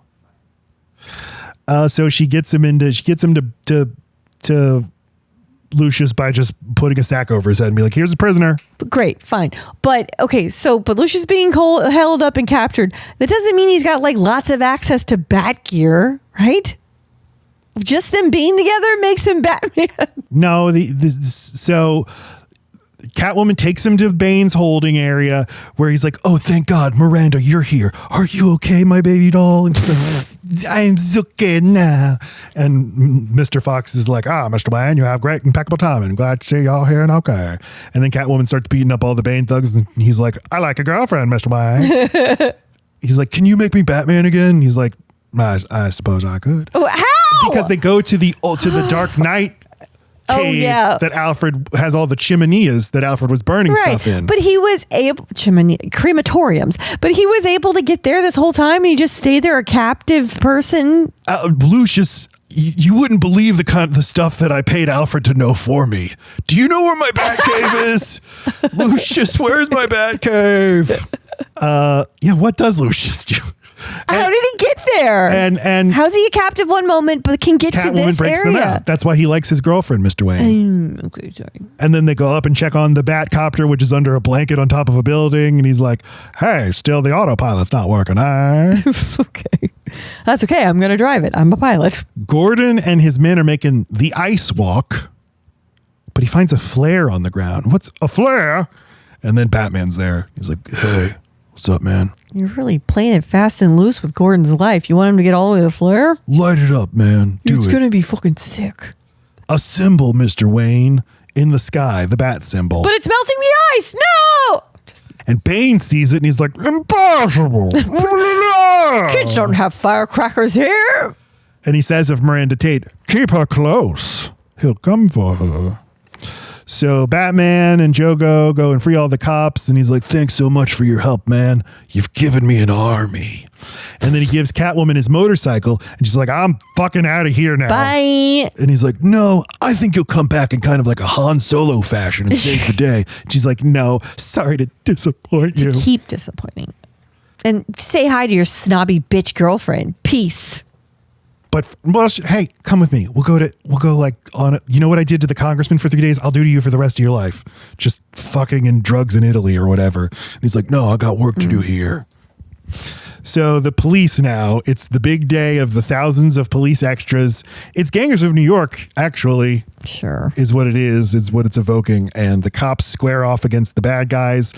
Look, man, it's really weird that this movie centers the action sequences. The action climax is thousands of cops beating bad guys and with it's clubs. supposed to look so heroic. They rose from the sewers, but they're pristinely dressed and showered, and they hadn't been shitting on themselves. Great.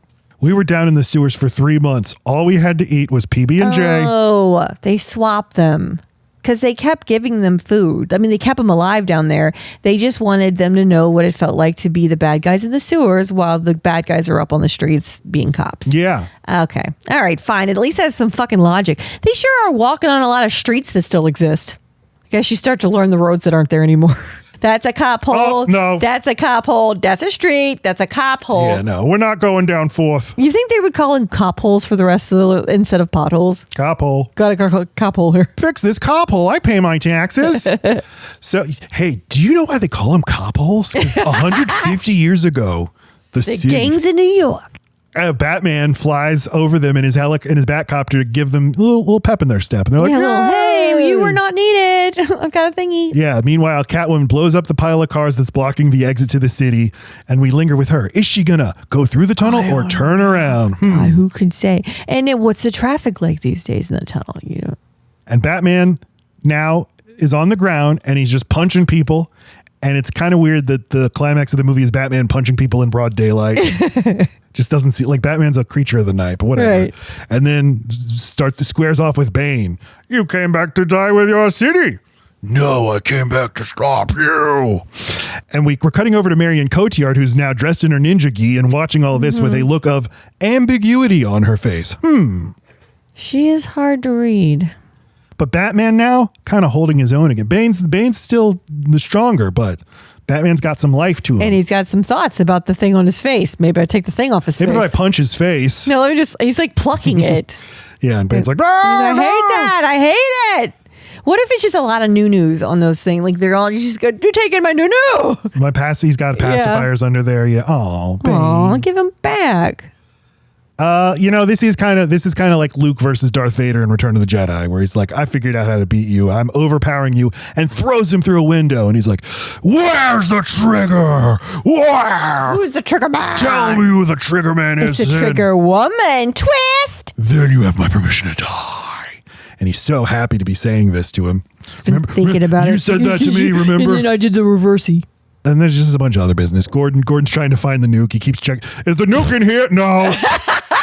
How about in here? No. Now empty again. Because he has like a signal blocker that he can put on the nuke, and that way he can't set off the nuke with a remote. But he's also got the nuke finder, so you don't want to get those switched up. Oh no! Shit! No, big blockade the switchy. Batman and Bane, he's punching al-Ghul or Bane, and he's like, "Where's the trigger?" And he won't answer, and he's like, and Tom Hardy's so good here, he's just like, "But I broke you. I broke you. How did you escape?" And he's like, "Did you think you were the only one who could escape from the prison?" But I didn't. I never escaped. I did. I'm still there. And Batman's like, well, we got like a nuke going off in 8 minutes. And like, a lot going up. He's like, wait a minute. What are you saying? But the child who escaped. It's literally like only having like 4 channels before there was cable, and he's been in that hole for 4 months. So it's like turn the channel to the Bane story. Okay, now I'll turn it to Gotham. So like he really has been like, this is all I've known for 4 months. It got me out the hole. I wanted to be your match. I wanted to be your equal. I couldn't fight you in the sewer, but now I've risen, and now I can. Yeah, this is changing everything I thought I knew about Bane. I thought you were the child. He's not the child of al-Ghul. I am. And she stabs him with a little knife. Ooh. And he's like, no, Miranda, why? I just healed that. Talia. My name is Talia. My mother was Talia. My mother called me Talia. Okay. Listen. Okay, Art. Pay attention. Jesus 25 Christ. million cutaways now. Yes. My father was the mercenary who married a warlord's daughter, who absconded with the daughter, who went to the prison. I was born in the prison. Bane was my protector. He's a sweet baby. We plug back in his passies. My father hated Bane, but I told my father Bane's good, but he could not forgive the Bane. And now Bane's, I hated my dad, but then I love my dad. And now Bane is going to be my dad, but now I'm the legacy. I hated my dad, but I'm carrying out his Why? He was an unfair man. You're doing an unfair thing. Oh my God. It's so, I hate it. Fuck off. Why? And she's like, because Bruce, the knife that cuts deepest is the knife that is knifed into your knife hole. And the knife that slices is the slow knife. And she's like, and now I pull the trigger. And she pushes the button, but nothing happens. And he's like, it appears the knife is not in the right knife hole, lady. And she's like, very clever, but it's only bought you 11 minutes. Because the bomb's going to go off anyway. Right. So she's like, but I got to find the bomb. Hey, Bane, yeah, take care of Batman for me. I got to go find the bomb. And she gets into a truck and starts running around looking for the bomb. Where's the bomb? Where's the bomb? Is the bomb in here? There's a bomb in there. And Bane's about to kill Batman. And then Catwoman shows up and shoots Bane with the motorcycle guns. And like, I think I feel about guns the way that you feel strongly about them. Bye. Sorry, it is a cool line, but... No. Because it's this movie, it has to be so long. Yes, listen, Batman, I know that you said that you don't like to use guns, but the thing about your no guns policy is that I'm starting to think it's time to rethink the no guns policy. See how I just killed Bane and he was going to kill you and now you're not dead? Also, you say you never use guns, but I just used your guns on your motorcycle. Right, and I also blew a whole tunnel via open guns. with them. It was guns. Guns. They should call you Gunman. Anyway, yeah. Trigger man. I rescued you. And now let's go do some shit. And so the Batman, Catwoman, and Gordon are all after the nuke. Go find that nuke. And they close in on the nuke. But Talia's driving the nuke. And there's been the whole plan. Like, if we can just get the nuke, we can return it to Morgan Freeman. Put it back into the thing. Put it in the thing. Right. But Talia's like, we keep cutting away to Morgan Freeman's like, oh, can't wait to put the nuke in the thing. Okay. Yeah, I got the thing. They got the nuke. But Talia's like, I know that there's a button that floods the facility. And she floods it. And Morgan Freeman's like, oh, shit. And has to flee from the rushing water. He can only get up a couple ladder steps before it's like, I know. And then again, but you see the way he's holding on is with his arm, and then we find out later that he has horrible, intense pain in real life in his hand. So I think there's a reason why his hands are in his pockets a ton in this movie. And then I really think I think climbing the ladder was like just really hard for him. But still, Nolan's like, no, get it down there. Do it, Morgan. Wear your little glove. Do it, Morgan. And hold the ladder like this. Hold the ladder. He holds it with the crook of his arm. Take as much time as you need. So, oh no, we're not going to be able to disarm the bomb. And Talia like bumped her car and now she's dying. She's like, I'm so happy. She's dying in the Frenchest way. I'm so happy. Give me a cigarette. Curled up like a croissant. I'm curled up like a croissant. And here's another speech. And now I'm going to die with my eyes closed. Fiend. All right, and he's like, but you know what? I'm Batman and I have a Batcopter. I'm going to fly the nuclear bomb out of here onto the ocean. It only has a 6-mile radius. Why have we been so scared of this? I mean, okay, the whole island's 6 miles, but like, man, you traveled 6 miles fast. This is a Batcopter. It goes really fast. And Catwoman's like, oh, yes, of course. You'll fly and then you'll turn on the autopilot and eject yourself safely over the bay. And he's like, no autopilot. And she's like, oh. Okay, so you're going to die. Listen, you could have gone anywhere, done anything. You could have been in Italy fucking me forever. And he's like, yeah, but I'm like a good hero, man. And she kisses him. Yeah. And then Gordon comes up to him and he's like, I never cared who you are, but shouldn't the people know who saved them? And then he has to be very long-winded. A hero can be anybody. Come on. Even a man doing something so simple and reassuring as putting a coat around a young boy's shoulders to let him know the world hadn't ended. And we cut away to footage from Batman Begins when Gordon did that very thing. And Batman flies away. And he's like, Batman was Bruce Wayne all this time. And I never said thank you. Batman flies over the bay.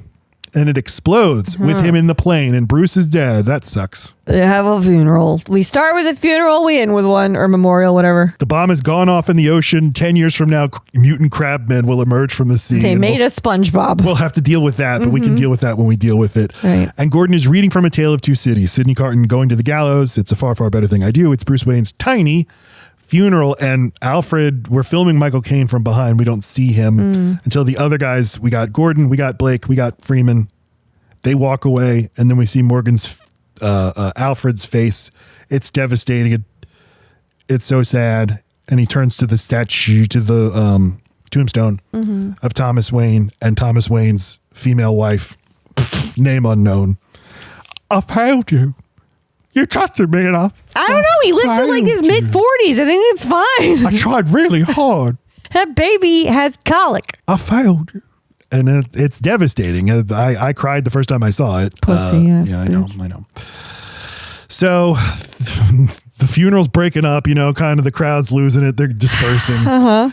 And John Blake is now deciding, I'm quitting the force. I can't stand all the rules and regulations. I'm just feeling all boxed in.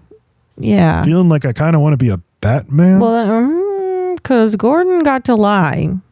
So I get to be a Batman. Yeah. And so now they're dispersing Bruce Wayne's assets. And they're like, hey, we said Bruce Wayne went broke, but no one actually goes broke. So he still has a considerable fortune to discharge. Alfred gets everything except the mansion. So what is all right, fine. The mansion is going to the boys' home of Gotham to be used in perpetuity. And there's some other shit and some other people get small stuff. And so Gordon Levitt's like, oh, maybe I get something. And he goes up, and in the least efficient way of ever doing this ever, he's like, yeah, my name is Blake, John. And this woman's like, yeah, nothing here for Blake, John. And he's like, oh, have you tried my full legal name?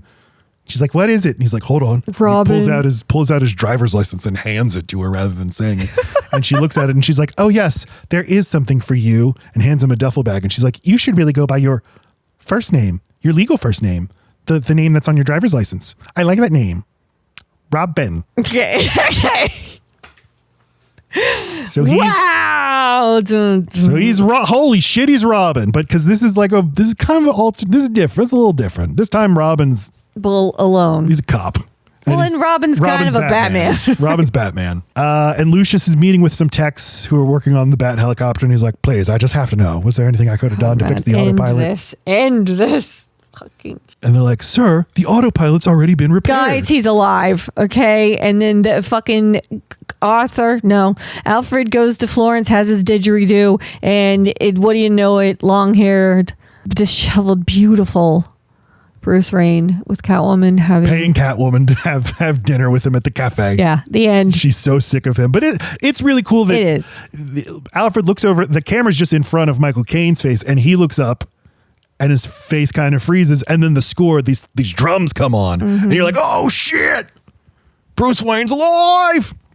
It's also cutting to Gordon, who's caressing the bat symbol, now has been restored. Yeah. And John Blake now finds the bat cave because the duffel bag had a GPS that led him to this place, which is now underneath the Gotham boys' home. So wait, where'd the duffel bag come from? That's what he got for telling them his full legal name. Batman, but why Bruce did he left him this in the estate? But that's just because Gordon Levitt was like, maybe you left something for me. Hey, can you check on your manifest? Did he leave anything for me? Well, he had to know it. He had to instinctually know it to earn it. Exactly.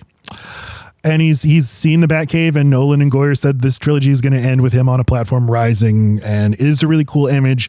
And I like that Batman Rising. Yeah, and it is not. Stay tuned 3 years from now when Joseph Gordon-Levitt is Batman. It's just this is the story continues in this world, but the particular story you've watched has concluded. Anyone can be a Batman.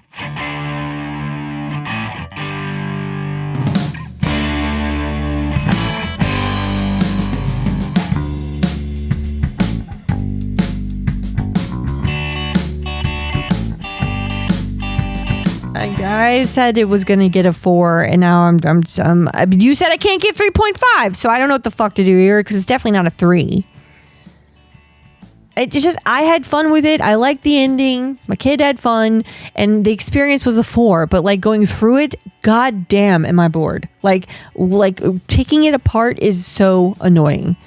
And it shouldn't be like that. That's basically how I felt about the movie every time I've seen it since theaters. It's right, because going through it any time but the first time is picking it apart. You can't help it. Yeah, as soon as you think about it, you think, oh, that kind of sucks. Right. Well, and if you already know the ending and you're just going through it, you're like, ugh. None of this has any meaning anymore. I'm bummed though. This was always my favorite. It's slipped. Dark Knight is over. I like it. I like Dark Knight a lot more than this now. I think I still prefer it to Batman Begins because of the technical achievement, and I think it just has much better big action sequences. I mean, it's for sure better than. Batman Begins is so boring. I give it 3 stars, and that is mostly like what you said about Nolan making an uninspired blockbuster is still making a competent movie. Yeah, so I think 3.5 for me. I'll have to go do that. Look forward to that on Letterboxd. And next week, the Summer of Nolan takes a week off. That's what we do, and we will be back in 2 weeks with an episode about Interstellar. I'm excited about this one. Which was usually, until Oppenheimer, my favorite Nolan movie. And this is the movie I've been looking forward to the most. Me too. Out of all of them. Awesome. Everybody, please check out our Patreon. Awesome. Bitch. Awesome. Bitch. If you want more 1 week rental, sign up for our Patreon. Hear our Odyssey episode where Laci and I and Screentime Coda get on a lazy river and very disjointedly and with no attention span talk about the Odyssey. It's a bit of an Odyssey. We have an episode about Dunkirk coming out also. And follow us on Letterboxd and social media. And my band is Rural Route 9, who does the music for the show. And we love you. Goodbye.